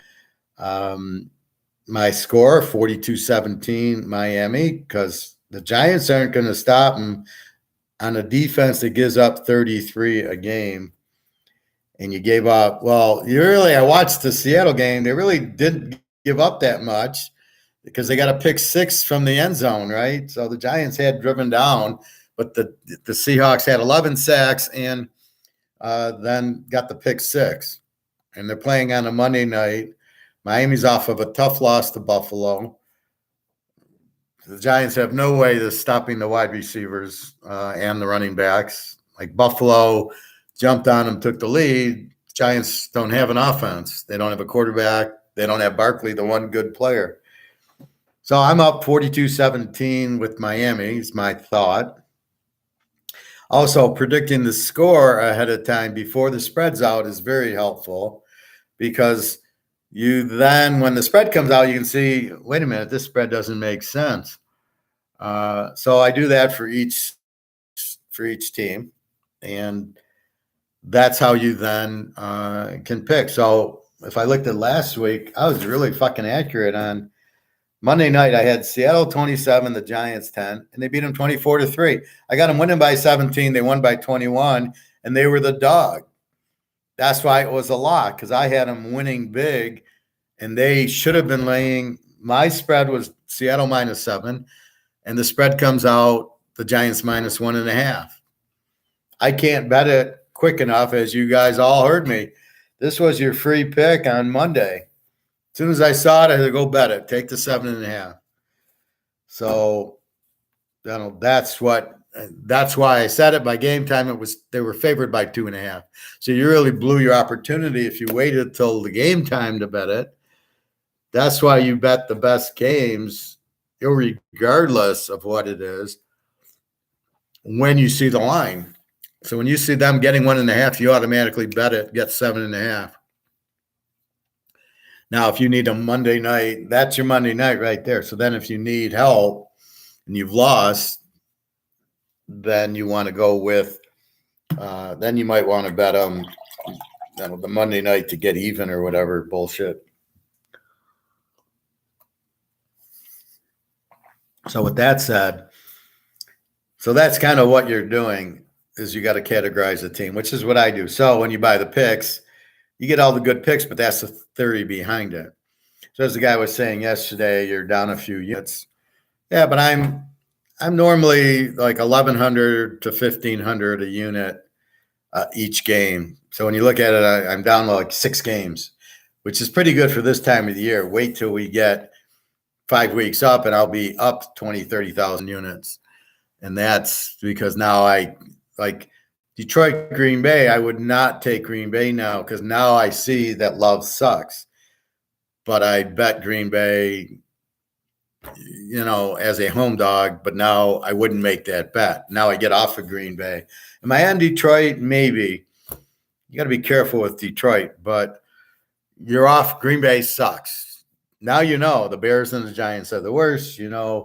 I got Green Bay as an E team, so they score 24, they give up 24 roughly. So you don't really, maybe you use them as an over, but I don't even think I don't trust the quarterback. I think you bet against them when you get good teams, but I don't think Oakland's a good team, so I don't know what to do with that one. All right, let's quickly go through college. We actually have 2 games. Today is Wednesday, right? Fuck, it's Wednesday already. All right, so let's go to the lines.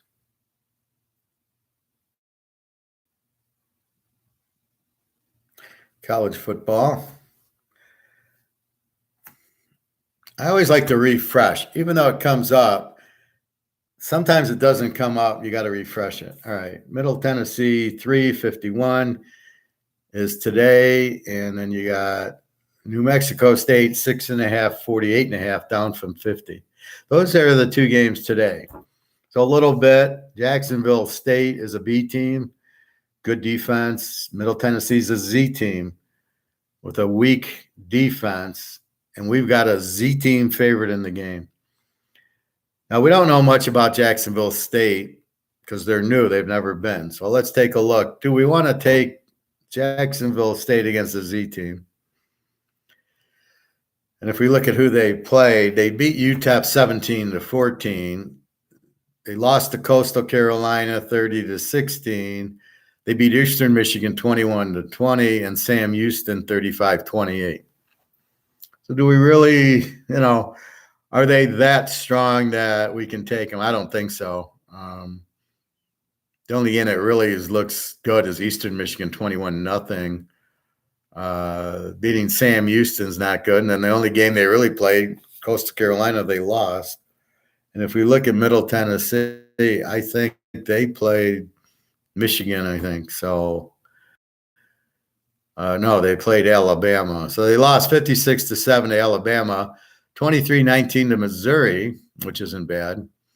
They lost to Colorado State 31-23, and they lost to Western Kentucky.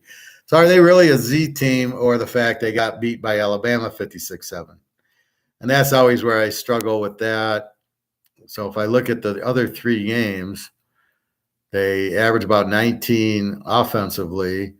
Defensively, they give up 31, 31, and 23. So they're giving up about 27. So let's say they're 19-27. Is that a Z team? Yeah, probably. But can they win this game? Well, they haven't won a game against Division I foe yet. So I'm going to leave this game alone. I don't like it, but that's the idea. All right, so let's go. So New Mexico State, that was our first lock of the year way back, and it sucked. UMass, they lose to fucking UMass. Unbelievable. They're an over team. They got a good quarterback, defense. Florida International is an under team, and I think it's either them or Florida Atlantic that doesn't have their quarterback. Florida International, nothing. Okay, nothing. Nothing here. I think it's Florida Atlantic that the quarterback's injured. So again, do we trust New Mexico State? 6.5. It's hard because these teams are like Mountain or Sun Belt or something. So they're decent teams in conference, but they're weak. This is an over strong offense against a weak offense, and it's at New Mexico State. So you could maybe play New Mexico State to win. They beat New Mexico in a rivalry, so yeah, it's probably not a bad bet. Then tomorrow we jump to Liberty, which is now, 20, up from 17. All the sharps are on Liberty. 46. Western Kentucky went from 5 to 6.5. And 59.5, 60. I'll leave that. So Liberty's a very good team. They got the Coastal Carolina Coast. They are an explosive team. They are an A team. They're playing a W team in Sam Houston. So I do like Liberty. Laying the 20 down to 14, somewhere around there is fine. I mean, I think they should put up a big number. Where I've been losing is like Washington against Arizona with the quarterback out. I do hit Oregon big over Stanford, and USC I hit big over Stanford also.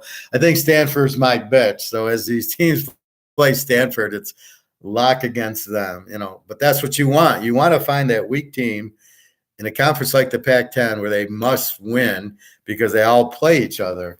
It's such a competitive conference. So many good quarterbacks and strong offenses.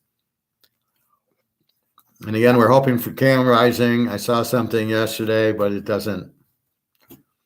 They're off this week, so who knows? I think.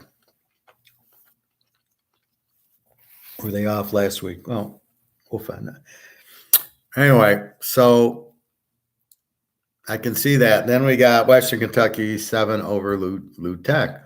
Western Kentucky is an over team, and Lou Tech is an even team, and their quarterback's out, Bachmeier, who transferred from Boise because he sucked there and he sucks here and he just sucks.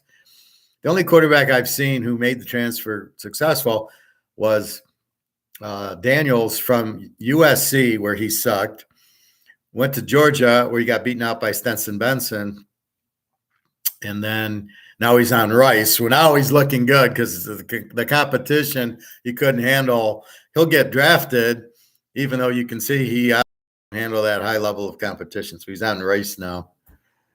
So it's the Thursday games. I don't know. Western Kentucky, they're good. They're better than L Tech. They got the shit beat out of them by Ohio State. So we will see. But, usually you play in Ohio State or Alabama. The next week you're playing L Tech. You're like, fuck, this is nothing. These guys are like little kids out there after what they just played. So we will see. But Western Kentucky's probably not a bad play. Again, these are just opinions. These aren't picks. These aren't like it's on the site and I'm betting them. So you really got to go to the site to see what I'm betting and how many units and is it a lock. I'm not going to tell you that here because I got customers who get kind of upset if they paid and I'm giving them out. That's why I told T. Mangos to buy the picks, and then we can play money line with them. Oak State, Kansas State. This is now Friday. Kansas State's 11.5, 54, and over Oak State.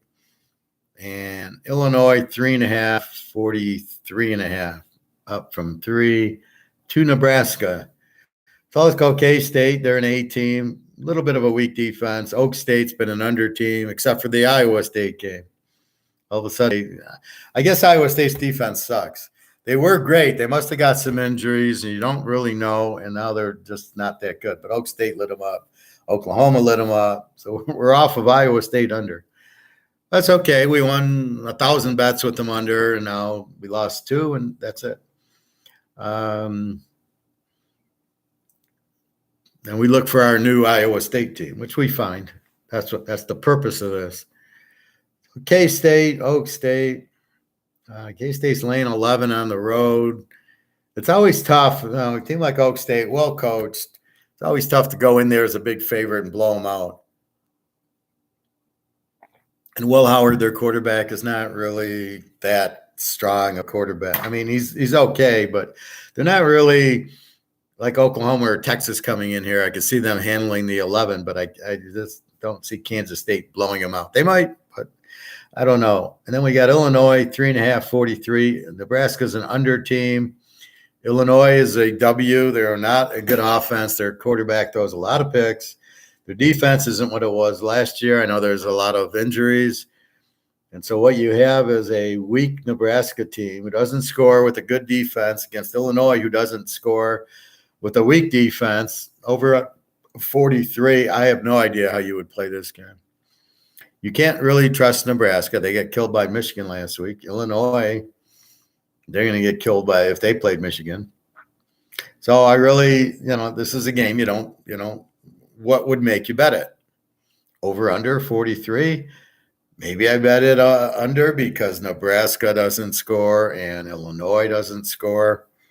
Maybe. I mean, that might be the way you look at it. All right, now let's go to Saturday.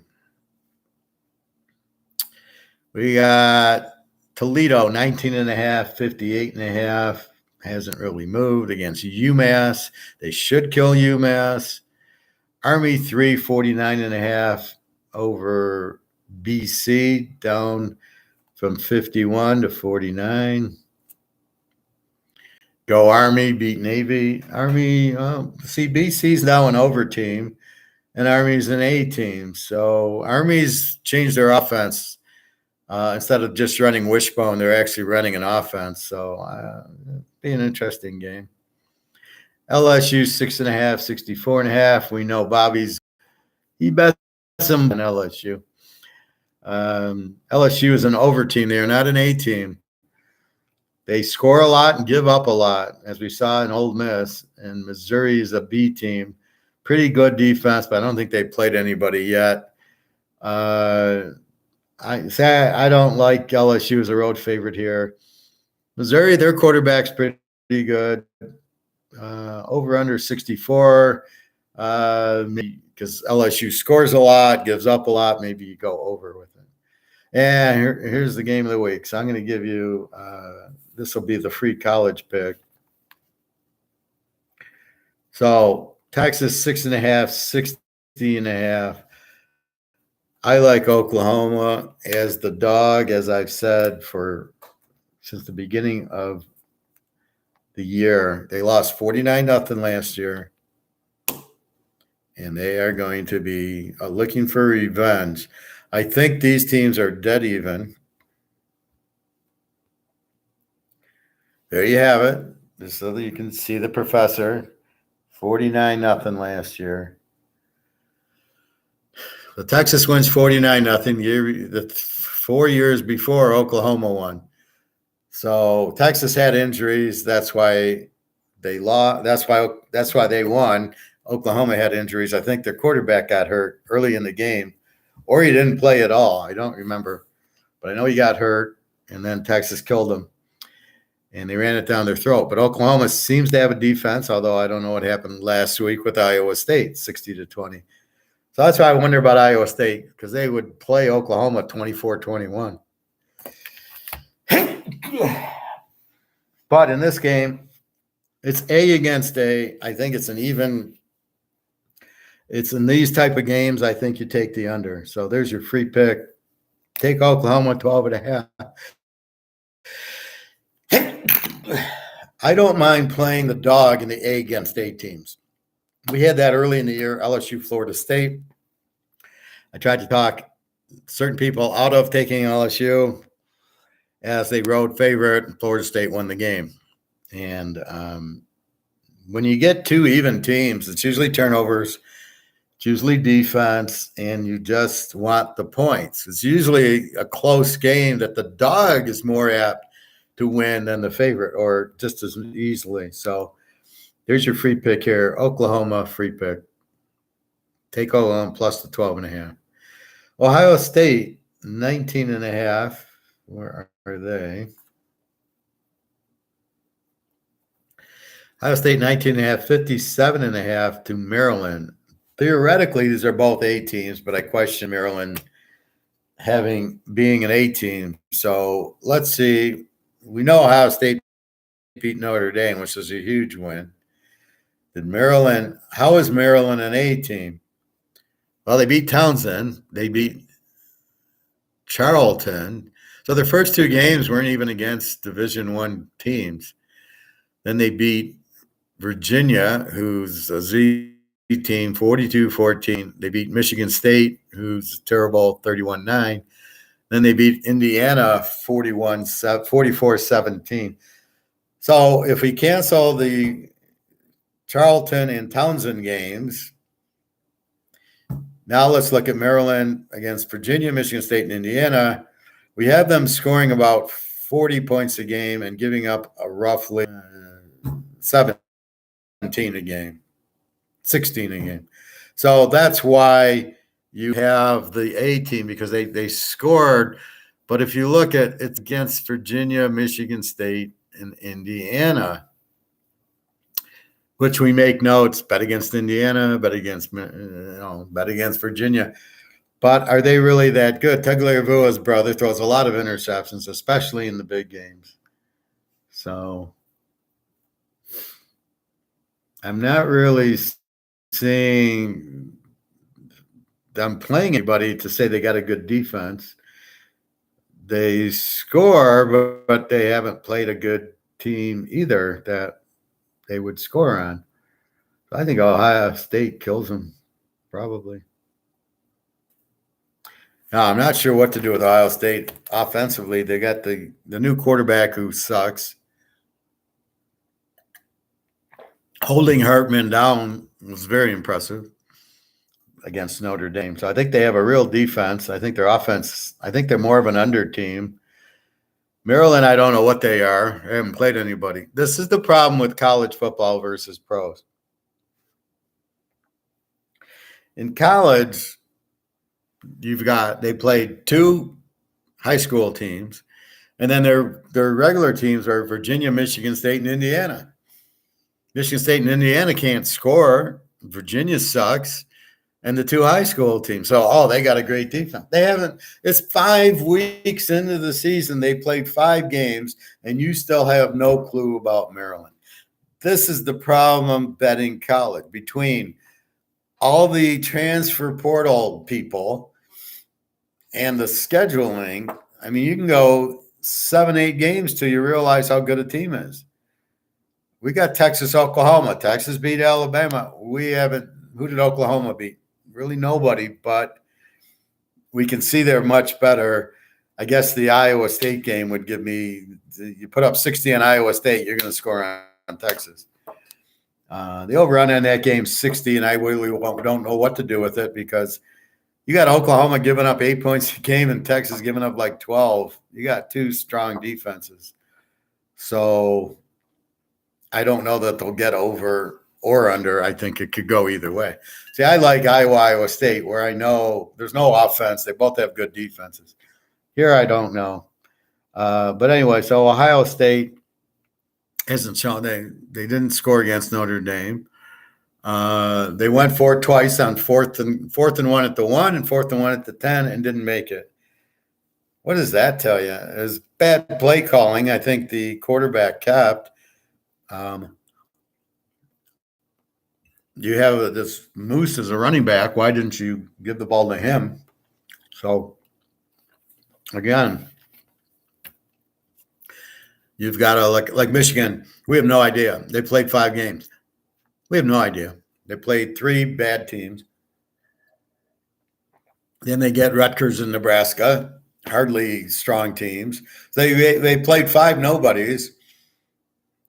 How do and they're ranked number 2 in the country, beating whom?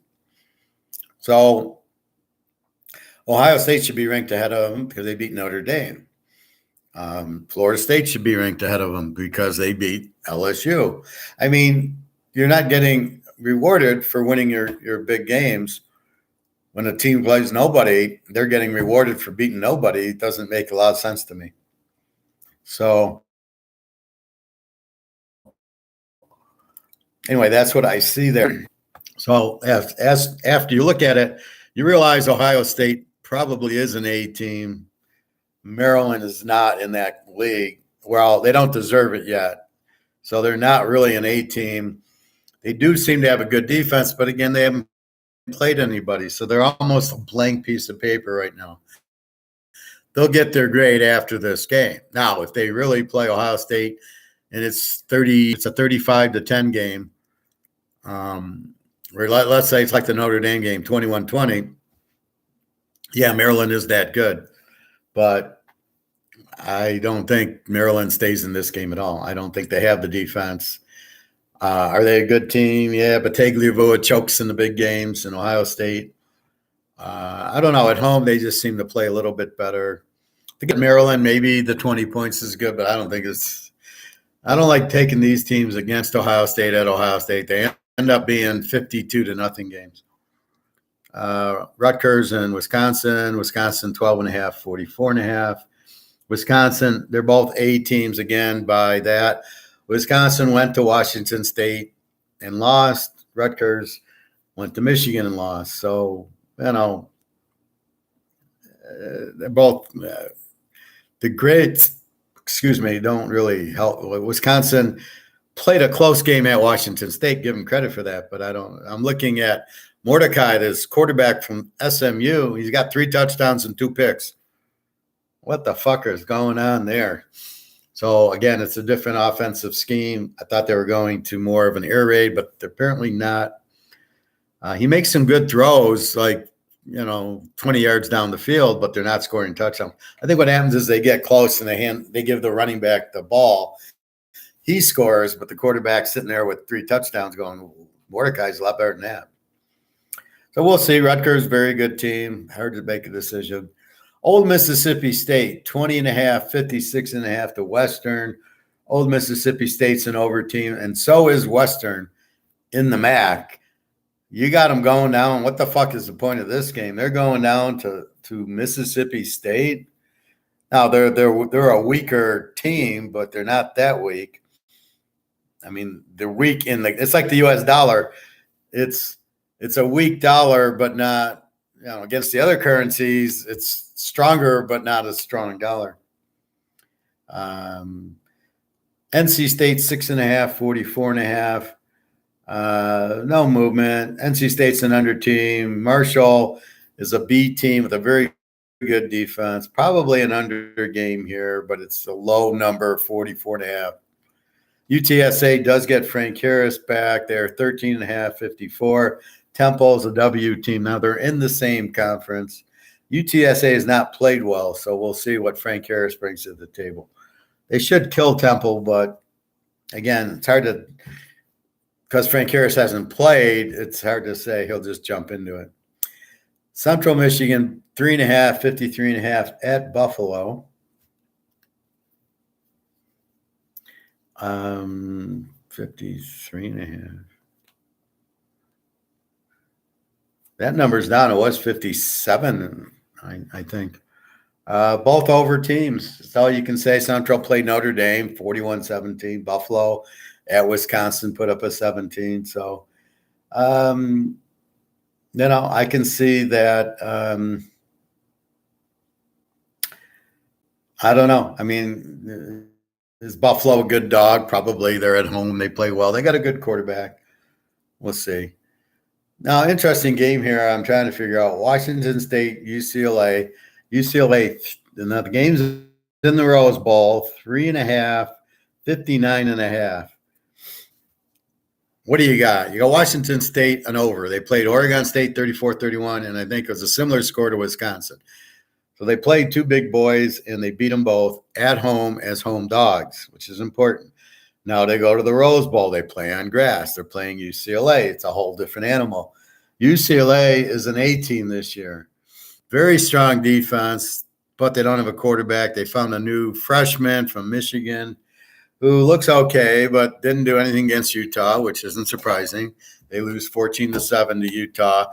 The kid throws a pick six on the first play. They harassed them and blitzed them all game, and so they got 7 points. He's been good in the other games against not good teams. Washington State, I mean, they're not. Last year they had really strong defense. This year, not as strong. But again, they played Wisconsin. Well, they played Wisconsin last year, which was a low-scoring game, and then Oregon State. And they got to play Washington. They got to play Oregon. I can't wait for them to play Stanford. They'll kill them. And Cal, UCLA. So this is, I don't know, north and south for the Pac-10. So again, this is the South team, UCLA. Washington State's a North team. 3.5. I mean, wow. I don't know. Do I take the dog? Now, Cameron Ward, we had our Washington State guy on a day or two ago.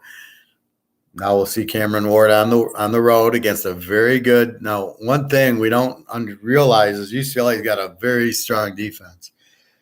So with that defense, and the quarterback's a freshman. Is he going to light up Washington State? And what will Ward do? So really all I have to go on is UCLA, Utah. Utah wins 14-7, and both defenses were incredibly strong. And then Washington State against Oregon State and Wisconsin at home. They put up 30 points and won both games. So what you going to do? It's a very I mean, the fact that the game's at UCLA makes a big difference. I would prefer it at Washington State. I'd take Washington State, but at UCLA, and we know they're struggling a little with the new quarterback, but their defense looks strong.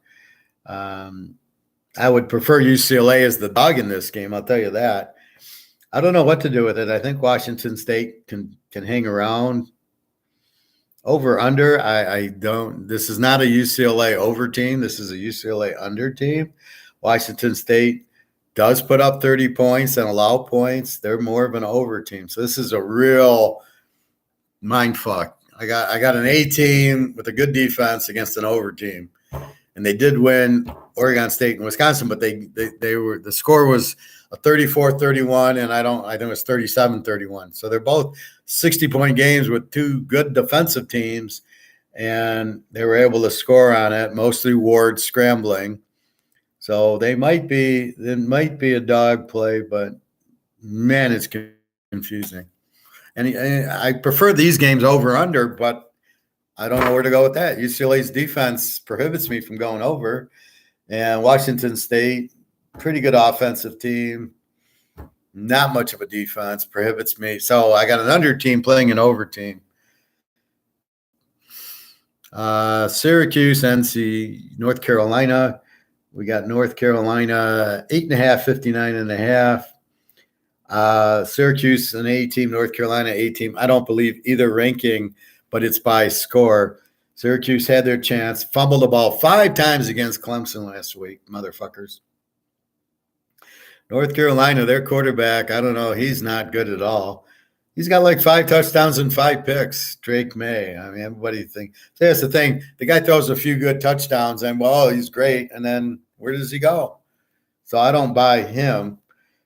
Syracuse, I'm not sure how strong they are. So what I would think would be an over score, but I don't know.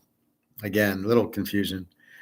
Clemson, 20.5, 52 against Wake Forest.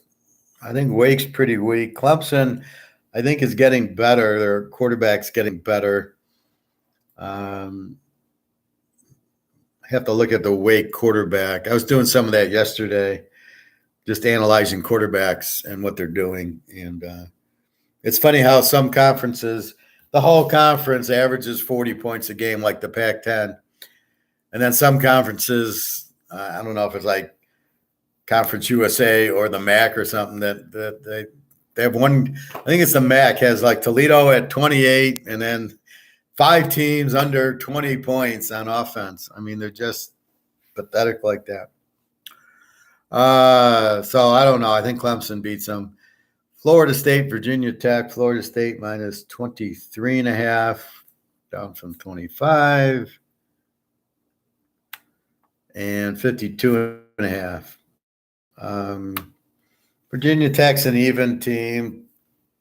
I don't like their quarterback. Florida State, we saw them against LSU. We saw them at Clemson. They're at home. Should be a good win for them, but we will see.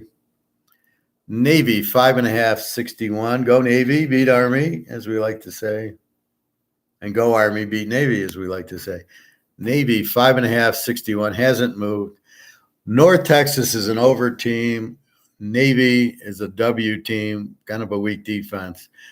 North Texas might be a good dog here, but again, you've got to handle that Navy option attack, which is hard for these teams that don't have it. I got to look closer into that. Northern Illinois, 6.5, 42.5 against Akron. Northern Illinois is a W team. Akron's an under team. So one of these 15-15 teams against Northern Illinois. Lombardi's been disappointing this year for Northern Illinois. He's only thrown like five or six touchdowns and 4 or 5 interceptions. Nobody really in the MAC is any good at a quarterback except for Finn for Toledo. They're all pretty weak. So I don't know. Northern Illinois is favored by 4 at Akron. I don't really trust them. The better defense is Akron. We'll see.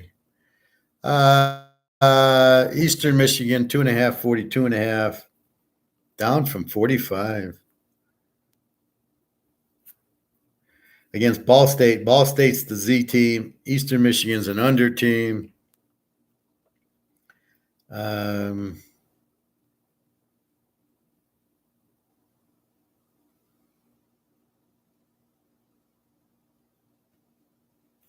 Not sure there.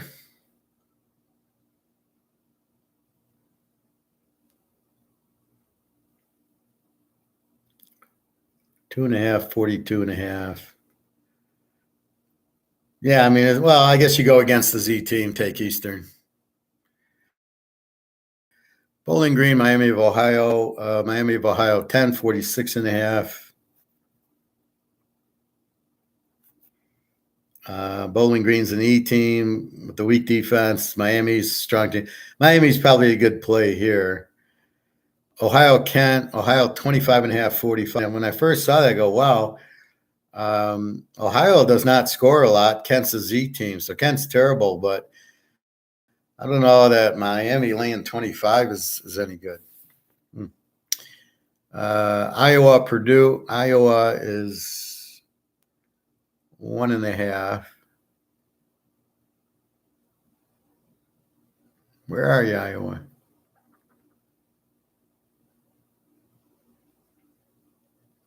Oh, okay, up here. Iowa 1.5, 39.5. I wrote that wrong. Purdue's an over team. Iowa's an under team. The quarterback's out for Iowa, McNamara from Michigan. So they're on their backup quarterback. Not that they score a lot anyway, and Purdue's an over team. So you think Purdue should score against Iowa and keep the game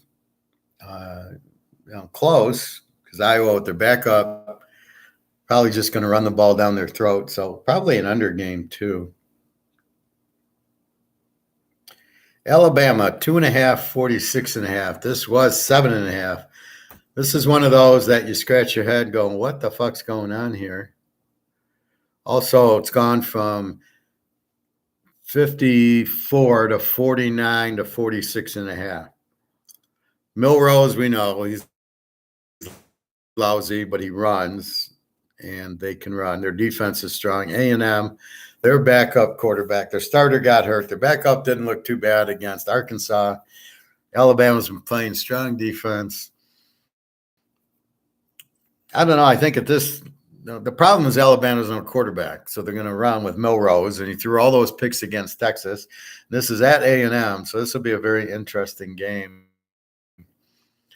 I don't know. I just think that Alabama 2.5, Alabama plus 3.5 seems like the logical play here. Over under 46.5. I don't get it. I mean, they both have good defense, but A&M, they played an 80-point game with Miami of Florida, and then Arkansas was a pretty high-score game last week. So I don't know. What did they play Arkansas?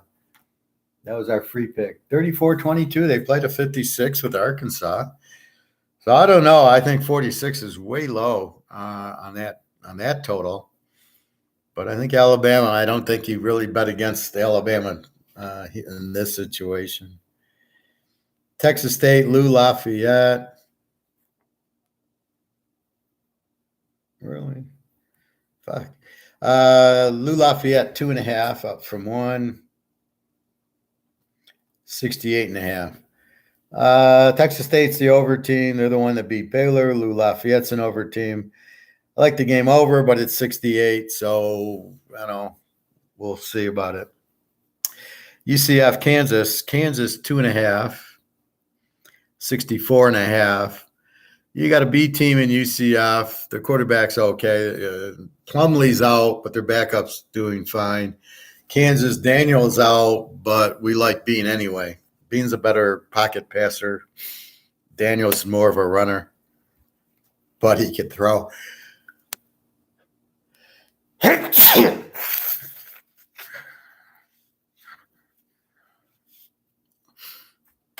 So we will see.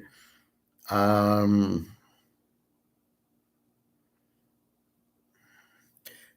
hard to say. Kansas, they've been playing pretty well this year until last week when Texas killed them.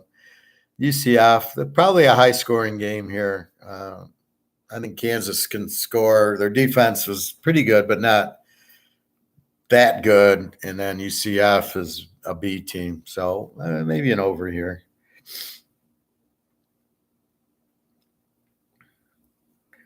Florida, Vanderbilt. Florida, 18.5 and 52.5. Vanderbilt's an over team. Florida is really an under team. The quarterback sucks. They have a fairly good defense. It's a big number. I never know what to do with these because you go, well, I could take Vandy at 24 and then Florida rolls on, or I could take Florida to 12 and then it's a 27-24 game. So you really never know how this is going to turn out. We know Vandy can score and has no defense. So maybe Florida. Troy, Arkansas State. Troy is 16.5, 51 to Arkansas State. Arkansas State's becoming an over team. They were a Z team, and then they lit it up and started to score. So now they're an over team. Troy's an E team, but Troy beat a good Georgia State team last week. So I don't know what to think. Over under 57. Maybe it's an over, South Florida, 3.5, 68.5. Over versus over, so I would say this is an over. UAB, pretty good scoring. South Florida, a pretty good scoring team. So, they had a bad game against Alabama. Who doesn't? But I think this is a over game. UConn and Rice. Rice 9.5, 47.5. To UConn. UConn's a Z team. They've been getting a little bit better, but they suck again, and Rice is an over team. So we like the over team versus the Z team. Tulsa against Florida Atlantic. Florida Atlantic, 3.5, 54.5. It went up from 53. Tulsa's the over team. Florida Atlantic is a W team with, terrible defense. So probably, they're the ones with the quarterback out. So we like Tulsa here. Florida Atlantic's quarterback's out. Tulsa's a good scoring team. Should be able to hold on, especially in conference. All right, Mr. Prime, 4.5, 60.5 to Arizona State. This is a game I gotta like the over. Again, Colorado is just an over team. They score a lot, but they give up a lot. They have no defense. Against Arizona State. Arizona State's a Z team, but they're at home, and they played USC 48-34 or something like that. So they scored on USC, which, okay, they're not a good defense, but they're starting to score.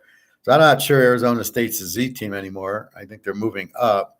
I think they can definitely put up some points on Colorado, who definitely should put points up on Arizona State. I think this will be another 30-30 type of game, and you're laying 60 down to 54. Georgia, Kentucky, good game. Kentucky's an A, Georgia's an A, of course. Georgia 14.5 and 47.5.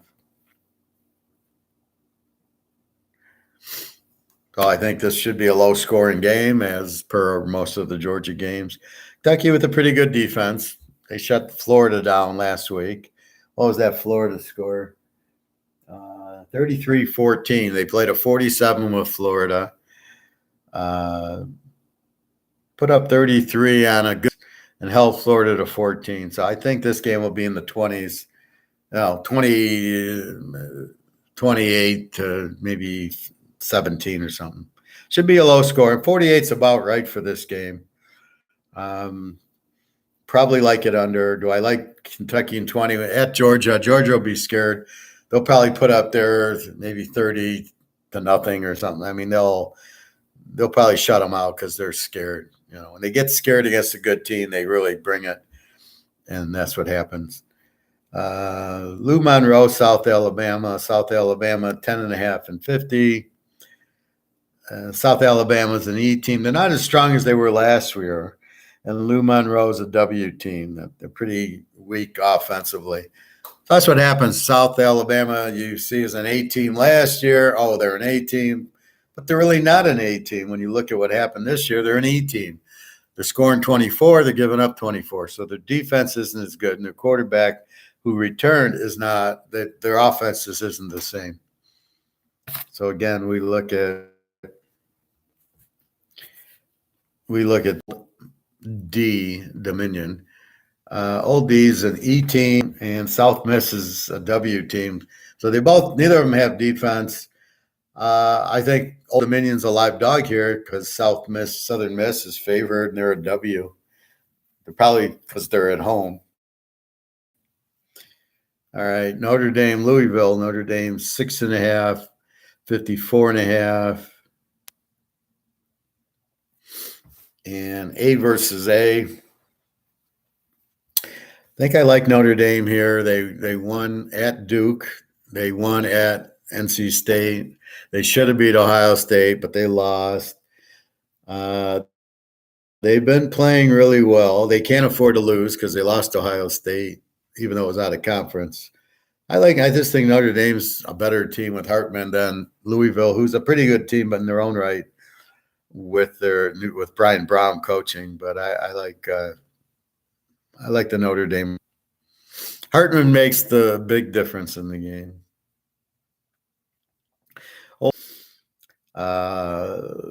Old Miss is pretty much an A team, and Arkansas is pretty much a B team. Both their defenses are like 24s, so they're not quite under, but they're not quite over. Old Miss lit up LSU last week and got killed by Alabama. Arkansas lost to A&M. They play Alabama later, but I think they play LSU soon too. They're laying 11. Arkansas seems, I don't know. I like to take Arkansas here in 17. See, I like Jefferson, and I think he's going to score enough. And that's really my problem because I like Jefferson so much. I'd lean to Arkansas, but they don't have that same defense. And I couldn't believe they lost the way they did to A&M with the backup the way they did. So I'm not sold on Arkansas, even though I like Jefferson to take a Mississippi. They'll probably light them up pretty good here. Maybe you go over 63. Ole Miss plays overs. Arkansas, I don't think you're going to shut down Jefferson. I think they did play LSU, and it was like 37-35, Arkansas and LSU. But LSU, as you can see, does not have a good defense. And Ole Miss, probably the same defense. Michigan, 19.5, 46 to Minnesota.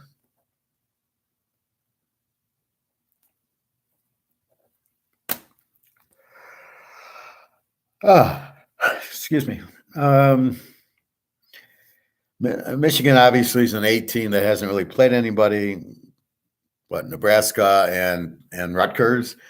Minnesota's an under team, but they've given up points.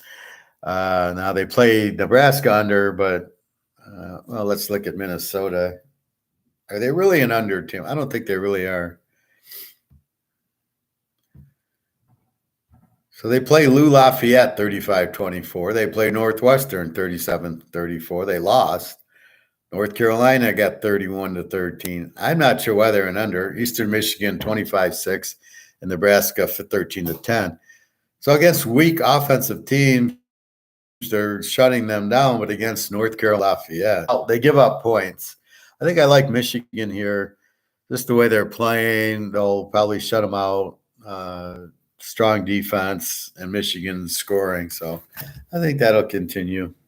I think they'll do what they did to Nebraska, just pound them away. Miami, Mr. Van Dyke, 20.5, 57.5 against Georgia Tech, a very explosive team. Let's see who. So we saw Miami against A&M. It was a 90-point game, but Miami was a home dog. We had Miami there. Let's see what we got. Georgia Tech loses to Louisville 39-34, loses to Ole Miss 48-23, beats Wake 30-16, and loses to Bowling Green 38-27. You're losing by 11 to Bowling Green. I'm not taking you against Miami. The thought is about the over. So who's a good defense they play? Not really anybody. Maybe Ole Miss. Well, they put up 23 on Ole Miss, 34 on that. So I think this should be a high-scoring game here against my Miami Van Dykes. I love Van Dyke. What a good quarterback. TCU, 6.5, 52.5. Number over went from 51 to 52. An A team against Iowa State, who's turning, I'm not sure they're a U team anymore. Just statistically, on an average, they are, but not the last two games. You give up 60 to Oklahoma, you're not an under team. So sometimes you've got to back away from the stats. So you can't slowly look at the stats to get your answer. You have to dig into the stats. So here, I know they gave up 60 points to Oklahoma. How the fuck are they an under team? And then the week before, it was a high-scoring game with Oak State. So there's a problem going on. So this isn't the same. And they've got – who do they got? TCU. Now, TCU, very explosive. I kind of like TCU. Well, TCU hasn't been that good, but they've been explosive. I don't know. I can't go under in this game because Iowa State is not an under team anymore. So, but that's good. You recognize they're not. They've changed. So off you go. TCU might be a good play, or I don't know. How do you go over on them? But I can't go under on this game. Over 46. I think TCU might get there by themselves, sort of like what Oklahoma did last week. Fresno State 6.5, 43.5. That was a 46. This is 43. Wow. Florida State, Fresno State's an A team. Wyoming is an E team. They did beat Texas Tech at home. They are at home. They're a much better team at home. with the stupid, ugly yellow shirts. But I don't know. I had Fresno State last week against fucking Nevada, and they barely beat them. I think Fresno State wins, but it could be a close one. It's not that easy. Colorado State, Utah State. Colorado State 1.5, 64.5. They're both over teams. I would expect a high-scoring game. San Jose State, Ball State, Boise State, 9.5, 58.5.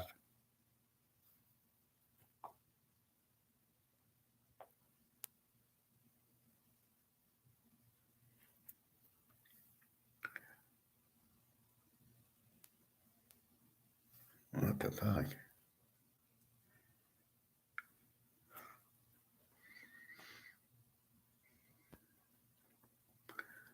Nine and a half, 58. Okay. This is over team against over team. This should be a very high scoring game here also, just like the Colorado State, Utah. So this is more of a conference with high scoring teams, unlike the MAC, which is more low scoring teams. Baylor, Texas Tech. Texas Tech's a 1.5 point favorite at Baylor, which is surprising. The line was Baylor 1.5 point favorite. So now Tech, for some reason, I guess the Sharps and the over went from 57 to 60. Texas Tech's always an over team. Baylor has got a weak defense. They get their quarterback back, which is even better for the over. I assume he played last week, so I assume he's okay. Check the injuries on that, but if he's okay, I think this is another over game. Oregon State, Cal. Oregon State is 9.5, 51.5.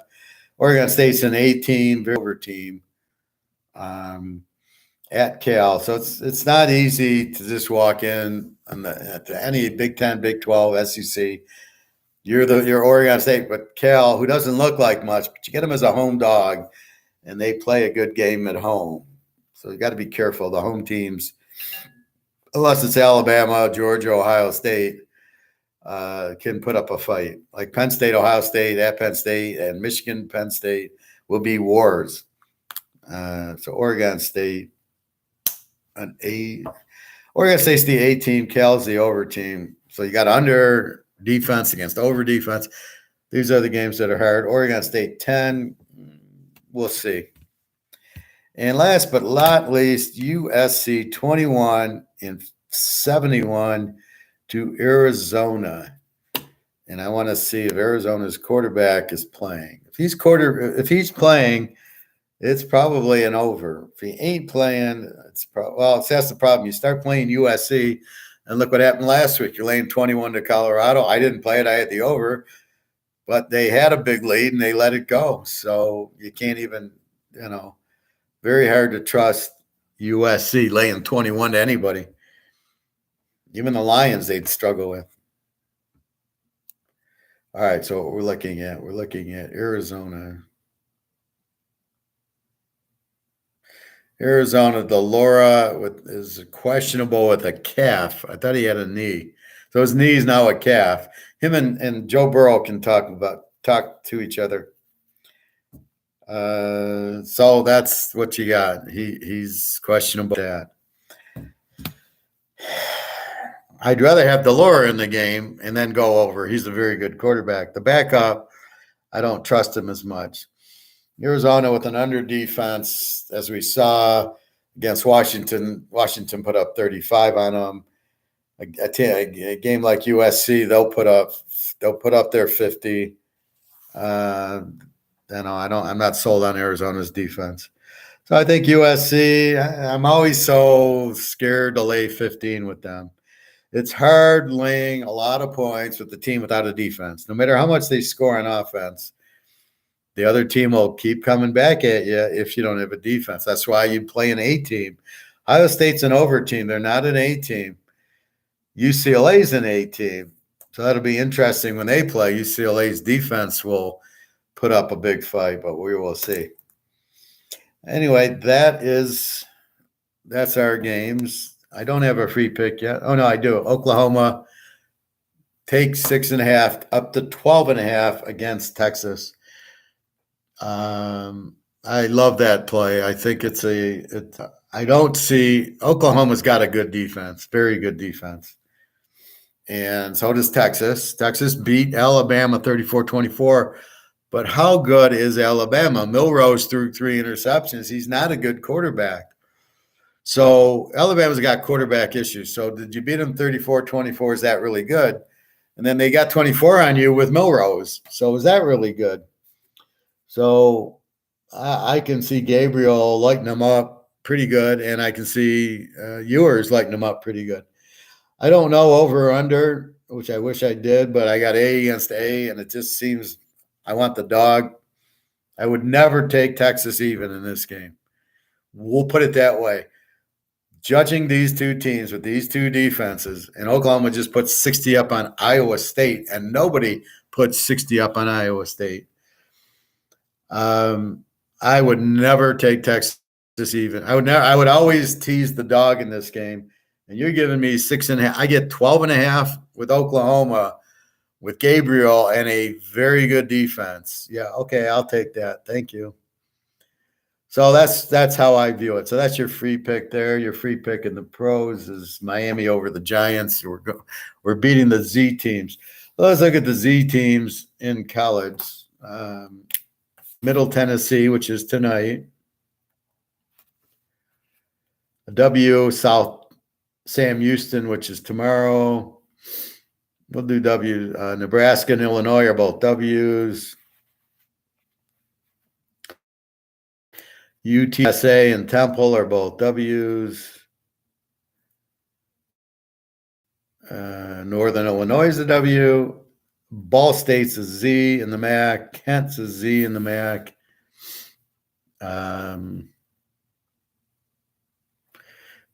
Connecticut's a Z, playing Rice. Arizona, I don't think so. I think they've had injuries to the quarterbacks, and they played much better against USC than a Z team. They put up, 30 points, 35 points. So I'm not going to call Arizona Z. I'm going to let's call them a W.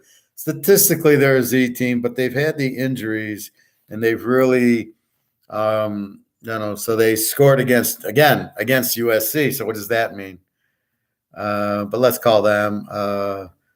Florida Atlantic has their quarterback injured. They're a W. Lou Monroe's a W. Southern Miss is a W.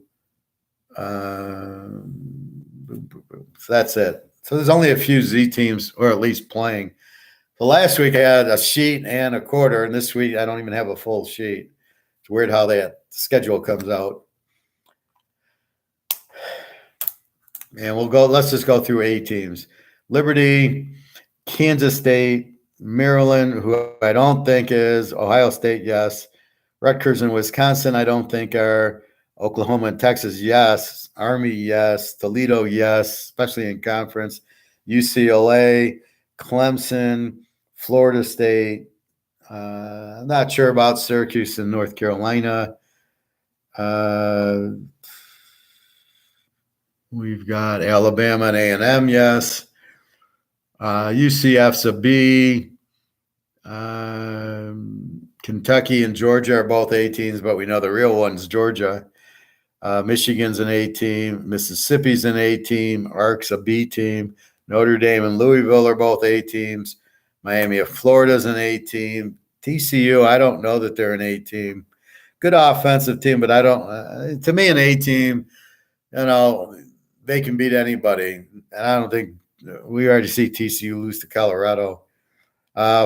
Fresno State's an A team, yes, and Oregon State's an A team. I will go with that.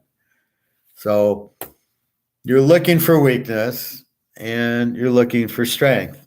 And it's the games where South Alabama plays Lou Monroe that you're like, I got an even team against the W. What do I do with it? Or then you get your Colorado, Arizona States. Colorado's going to score 40 and give up 40. That's their MO, like TCU. Arizona State with their quarterback. And being at home, Colorado's in the altitude, not in the desert. Now they got to go play in the desert. Will have an effect on them. It will have an effect. Arizona State's a home dog to Prime. They'll want to beat them. Everybody wants to beat Prime. So now he's got 2 losses, USC and Oregon. He's going to have a couple more because he's got to play Utah and he's got to play UCLA, both strong defensive teams. That's where Lamar, that's where Prime Jr. is going to struggle. It's against like Utah, UCLA. I mean, he's not going to get 10 points in the games. Here you like it. They're playing a weak defensive team. That's when they light it up. Oregon State at Cal, they got a weak defense. USC, Arizona's not that weak of a defensive team, but we'll see.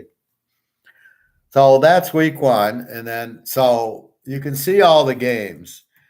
So where I've been struggling is I'll pick 15 games. I'll pick 10, 11 winners, and I'll pick my 4 losers.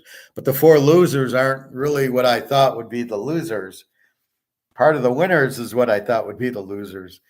Sort of like last week, Oklahoma, Iowa State under. I did not see that being a low. I saw that being a very low scoring team because Oklahoma gives up 8 points a game, and we know Iowa State. But what happens? The guy throws a couple of pick sixes. He throws a 75-yard touchdown. I got this quarterback all over the place. He's killing the under. He's too much passing and too much bad passing. So that's what you got to really look out for. So keep in mind the big Alabama A&M and Georgia, Kentucky, and UCLA, Washington State. So you got those games, Oklahoma, Texas, and then you have Notre Dame, Louisville, and then you got your Arkansas, Mississippi's, which should be way over, and your Georgia Tech, Miami should get over, Colorado State, Utah State. So then you have those games. Z team, and then they didn't play a college game. They didn't play a high school Division II, so the Bears are being pros, and you can see that they suck. And Washington, you saw them at Denver, and you saw them against Philadelphia. And so you're going, yeah, they look pretty good. So that's what you really have and must understand. Like today, I don't know Jackson State. Obviously, they're new to Division I. But if I'm looking at just the teams, I got Middle Tennessee's a Z, and Jacksonville State's a B. And they're the dog. So in my world, I would take Jack State plus the 9.5 because they're the dog. However, that would be the normal play, but you got this Wednesday night game, so you got to factor that bullshit, and they're traveling, that bullshit. So it's a little bit more difficult, but I still think Jacksonville State at 9.5. If I had to bet the game, that's what I would do. Now, do I have to bet the game? Am I betting the game because it's Wednesday night? But I got a whole sheet here of games. So if I got a whole sheet of I got 50 games, do I want to play the Wednesday night game? Let's say they're all Saturday afternoons. Would I be playing that game? Probably not. I got Alabama and Notre Dame and Oklahoma and da. So I'm going to choose my best. And that's where you try to, so then you take Oklahoma, Texas. Should I be betting them? Well, yeah, I get Oklahoma 12. I don't mind that one. But like last week, Syracuse, Clemson is not as good. Syracuse is not in Clemson's league, even though even though they score a lot, they're certainly not.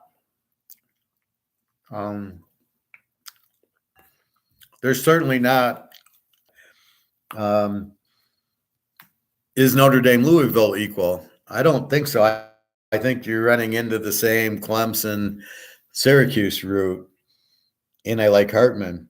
So you're looking, are the A teams equal? Is Rutgers, Wisconsin the same as Georgia, Kentucky? No.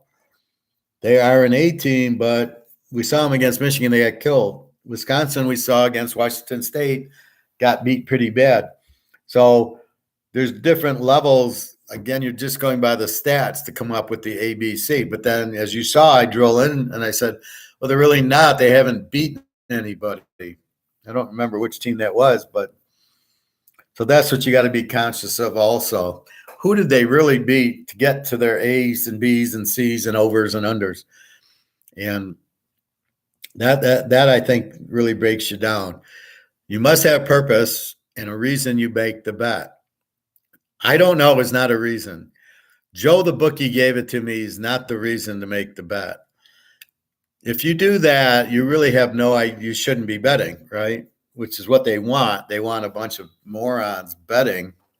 Not that you're morons, but they want somebody to bet the game tonight because it's on tonight.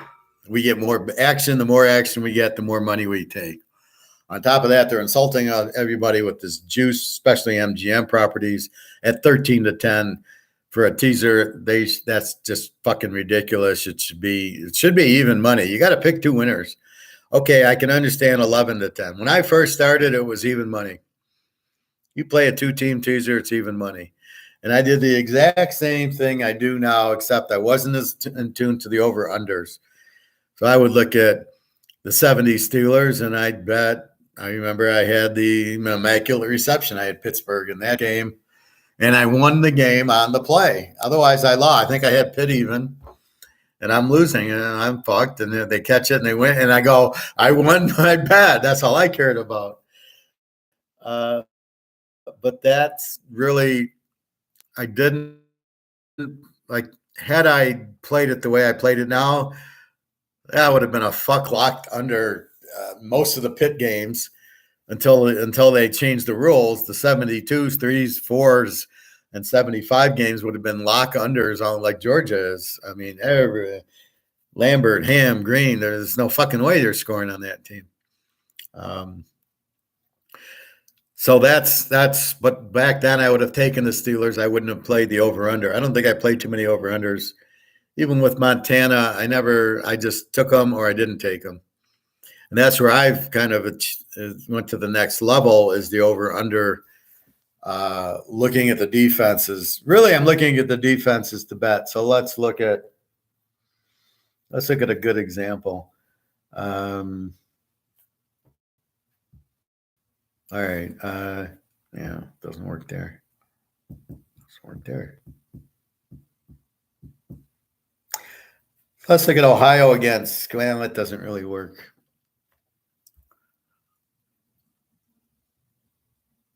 So let's look at flow. Well, it doesn't work either. God damn. I'm looking for a specific role. All right, let's look at Miami, Georgia Tech. Miami's an A team, and we know Van Dyke. We know they are an A team. We know they beat A&M with their starter. And Georgia Tech is an over team. Miami, so if I look at it, Miami is facing a weak defense in Georgia Tech, which means Van Dyke lights it up. Georgia Tech's playing a under defense, which means they're going to struggle with the game. So we like Miami because they're playing an over defense. That's what we're looking for, the strong offense, the A team playing the over defense. Now, a lot of these I got over versus over. So as I was saying, Colorado State, Utah State, it's over versus over. So then you can go over with it. But if you're facing like that game, the Miami game, Van Dyke's playing an over defense. If he's playing Florida State, you can't make the same bet because he's going to struggle. But against Georgia Tech, he should light it up because their defense sucks, which is what you want with the Van Dyke. Hartman, it's A against A. I think, did we look at Louisville? I don't think. Let's look at that game. So we love Hartman. He's like Van Dyke. So we've seen Notre Dame. We saw him against Ohio State. We saw him against NC State. We got him. Let's look at Louisville. Why are they an A team? So they beat Georgia Tech 39-34, which says, well, that's not an A team. Murray State we throw out. Indiana, they beat 21-14, is kind of weak. Boston College, they light them up 56-28. And then North Carolina State, they beat 13-10, which is kind of weak. So they've given up 34 to Georgia Tech and 28 to Boston College while scoring 56. But then you have them against NC State scoring 13, against Indiana 21-14. We got to throw out the Murray State game 56-0. Again, that's what gets filtered into the stats. And that's why you've got to eyeball it and say, wait a minute, we got to throw that out. So I'm eyeballing going, all right, 39, 60, 70, and about 130 divided by 4 is about 27, 26 points a game. Then we go to defense. They gave up 34. You got to throw out the Murray State shutout. They gave up 14, 28, and 10. All right, so we look at Indiana as a low-scoring team, BC getting 28, and then NC State 10. And, of course, the Georgia Tech got 34 on them.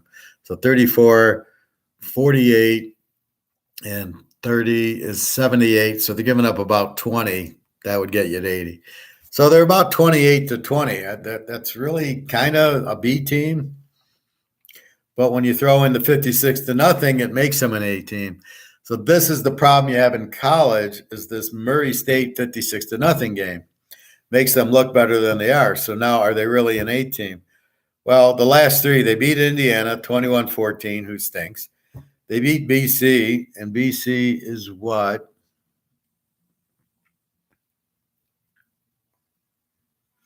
They're a dog to Army. They're an over team, and they're a dog to Army. And then North Carolina State, we know, is okay, not great.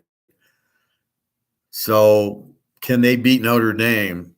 Yeah, they're 5-0, but they're really not, they're not, I don't think, equal to Notre Dame. So that's what you kind of look for is, well, we got to throw out this game because they're not surprising. After the way Notre Dame and Ohio State played, and they can score, but when they score on Ohio State, Michigan certainly does. And then it takes you to the Ohio State-Maryland game, and you're like, well, I'm laying 20 and 57, but after what Ohio State did to Notre Dame, fucking Maryland ain't going to do anything against them. And Maryland, we know, is not an A team. So statistically, they're A teams, good unders. But when you throw out the high school game and you look at the Indiana game where they won 21-14, you start realizing, yeah, I don't think they're not even with Notre Dame, Ohio State A team. Right. So some of these A teams, Michigan makes sense. Louisville doesn't. Miami makes sense. TCU really doesn't. Fresno State, yes. Oregon State, maybe. They gave up a lot of points to Washington State. I'm not sure they're an A team either. But that's what you're starting there. And then, are they real? And then you see the high school game and you go, no, they're not really that strong. So that's college. Now these lines will change now. So we got Middle Tennessee, a Z team, 3.5-point favorite over Jacksonville State. And we got New Mexico State, an over team against Florida International, an under team, laying 6.5. That's tonight's games. Tomorrow we got Liberty against Sam Houston and Western Kentucky against. They're an over team, but they played Ohio State, who put 60 on them. Are they really an over team? Because they're playing Louisiana Tech. They're not playing Ohio State. And before Ohio State, they were an A team. And then I remember saying they might be able to stay with them. I thought they would stay with them because Ohio State showed nothing. Then they put up a 60 on them. And then against Notre Dame, they put up a 5. So that's what you have to see. So then we got 2 games Friday, K-State, Oak State, and Nebraska, Illinois. Then we get into the meat Saturday. So be prudent. Don't bet the games because they're on. Bet the games with purpose because you think you can win on them. So, yeah, I like Jacksonville State getting 9 because Middle Tennessee is a Z team, but is Jacksonville State really that strong? So you really got to go, who did they beat? And that's really, I take you to Miami against A&M. They beat a good A&M team. I go, okay. Defense wasn't great, but good. And I mean, Louisville didn't beat anybody, but they beat BU. What was it? BC. I didn't think it was BU. They beat BC and they beat Georgia Tech. I mean, hardly Notre Dame type of defenses. And now let's not forget this for Notre Dame and Alabama. Their goal is to make the playoffs. They have one loss already. You know Alabama cannot afford to lose and will play with urgency, as I thought they would lose to Ole Miss and then be in the playoffs with 2 losses. They got USC coming up in a few weeks. So Notre Dame can't afford to lose. Alabama can't afford to lose.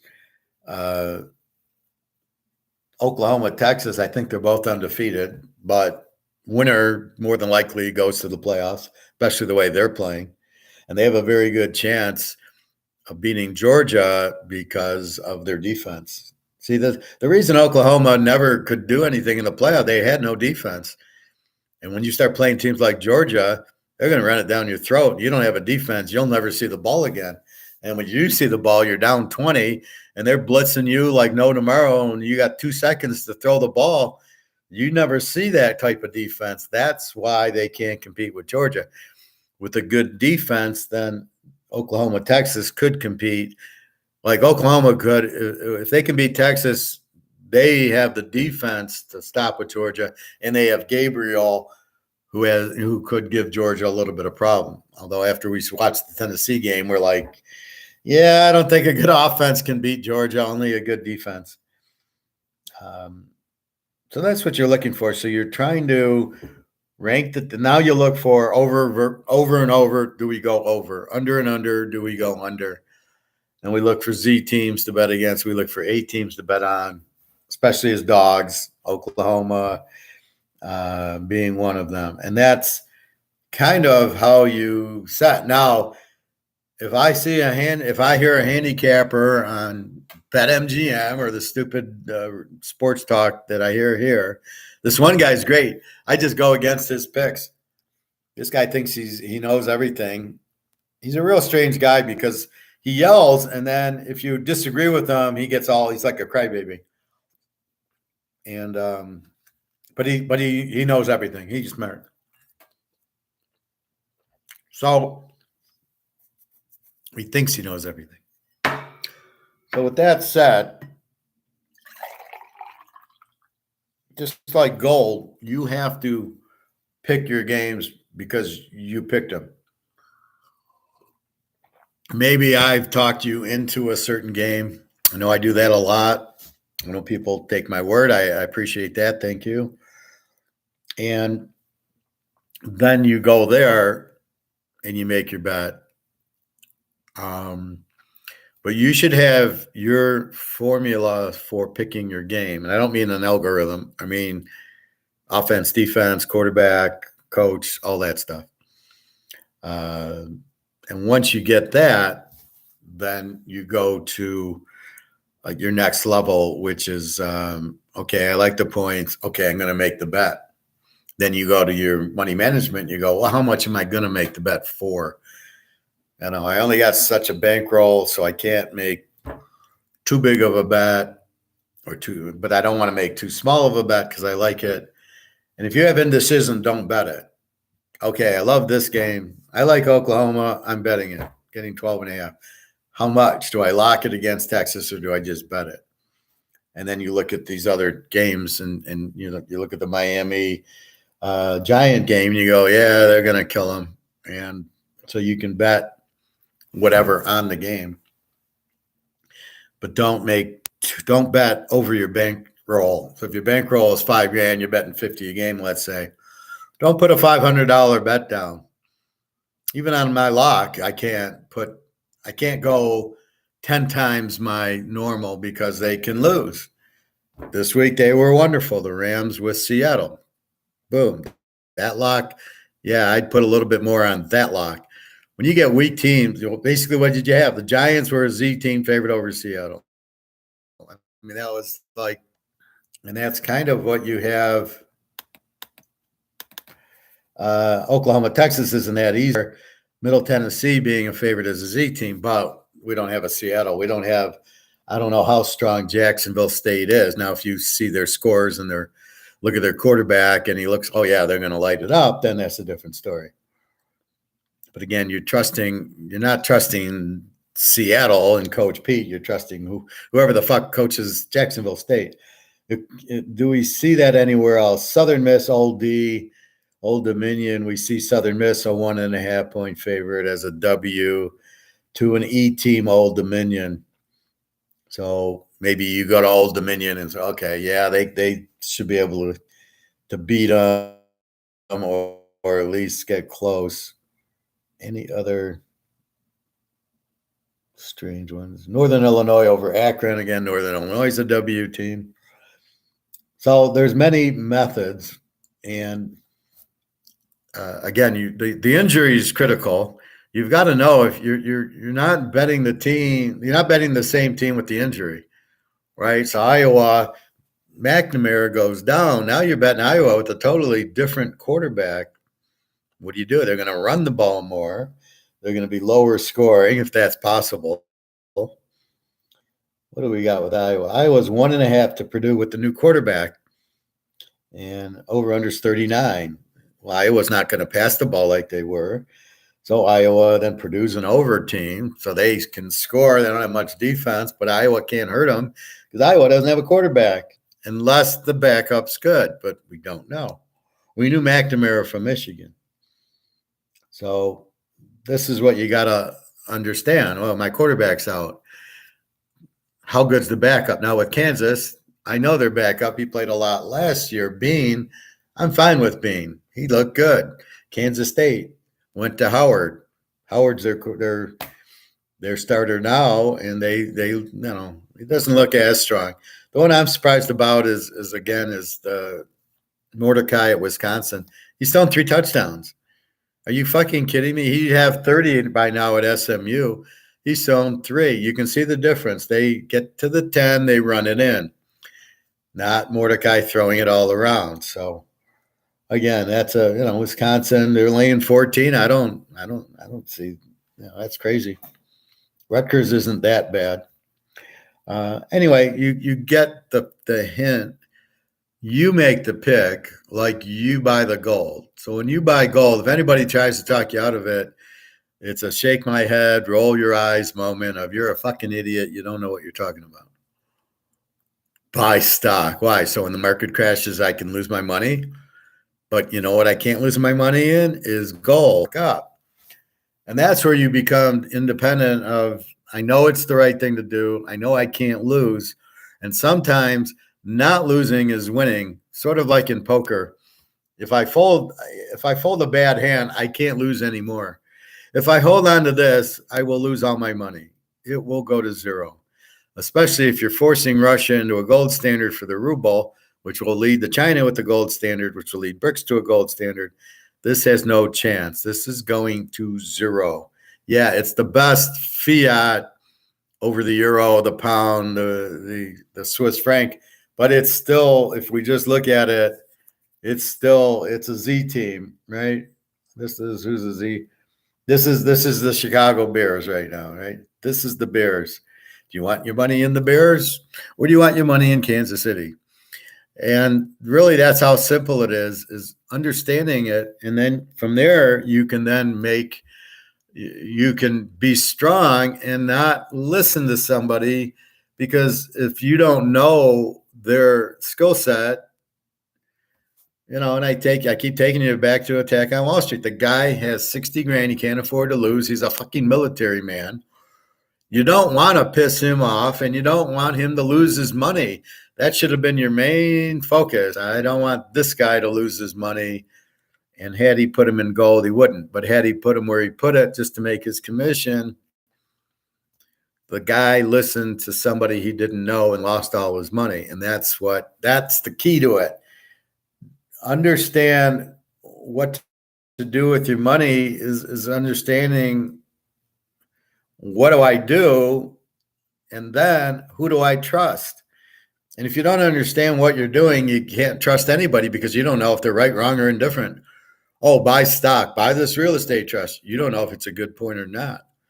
But you do know with gold, you can't lose. It's the only thing out there that you can't lose. Maybe a mantle card. You bought that $60,000 Mantle card, you can't lose with it.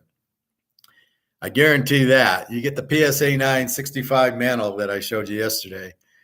That's not, that baby's not, well, it'll go down in dollars because it'll be worthless in dollars, but it'll be priced in gold. I would give a quarter ounce of gold for that card. Even gold will be 50,000 an ounce, so that's $12,000. I mean, maybe a half ounce of gold for that card. But that's what you got to realize. So gold is its own value. So you don't need dollars for gold. You do need dollars for Bitcoin, and you need dollars for all the other shit. And that's what's going to be the pain in the ass. What do I charge in gold for this? It's $60 in dollars, but there is no more dollars. But I still have something worth value. What do I charge in it? And that's really where the market comes into play. Well, I'm going to put it out for a half ounce of gold. I don't get any offers. Okay, a quarter ounce of gold. Maybe I get offers and I go, okay, so it's a quarter ounce of gold. That's what we'll have to do for the market. And I don't know what they're going to do at the grocery store. Oh my God. I don't know how the whole market's going to operate, to tell you the truth. You've got to go back to the Roman Empire where it was gold and silver. Because then everything obviously was priced in gold and silver. So this is going to be interesting. Anyway, so that was college. Today's Wednesday. We got the Wednesday night game. Tomorrow, we touched on pro and college. So we'll go through that. But anyway, look at your quarterback. Go to Yahoo quarterbacks. You can go by conference and you can see. That's what I do. And then I can see the Michigan quarterback or the Illinois quarterback or whoever and get a flavor for how good they are. And what I like to do is the same thing. I'll make them A or Z's. So if the quarterback sucks, like the Illinois, 4 touchdowns, 8 interceptions, he's a Z. I'm betting against the quarterback because he throws too many interceptions. And or this guy's Hartman's, I think, 14-0. Caleb Williams is like 17-0. I'm going to bet on them. I know they're going to score me touchdowns. So depending if I'm playing a weak or strong defense, like against Utah, I don't care how many touchdowns Caleb Williams throws. He ain't doing shit. But against, Arizona State, he's going to light them up, or Colorado, which is what he did. Anyway, I think that's about it. So we did see a little bit from Alligator. And really what I wanted you to focus on is the Russian ruble going to gold-backed standard, which is the answer for when does the gold price go up. I'm not sure what happens to COMEX if it goes away because it's paper. Does anybody care about it? I don't know why anybody cares about it now. I don't know why anybody uses that to price gold. I don't get it. Why aren't we pricing it the same way we price the Canadian club? We have a product, there's demand, we have so much supply, we have demand. What will they pay for it? That's the price of gold. And what I'm saying is it's a lot more than $2,000. The fact that it gets needed is really because you're using a phony dollar. So Alligator keeps saying it's the value of the dollar is down to 1 cent. This is not worth $1 anymore. This is worth 1 cent. But gold is not gone to 10,000 an ounce. Explain that, Alligator.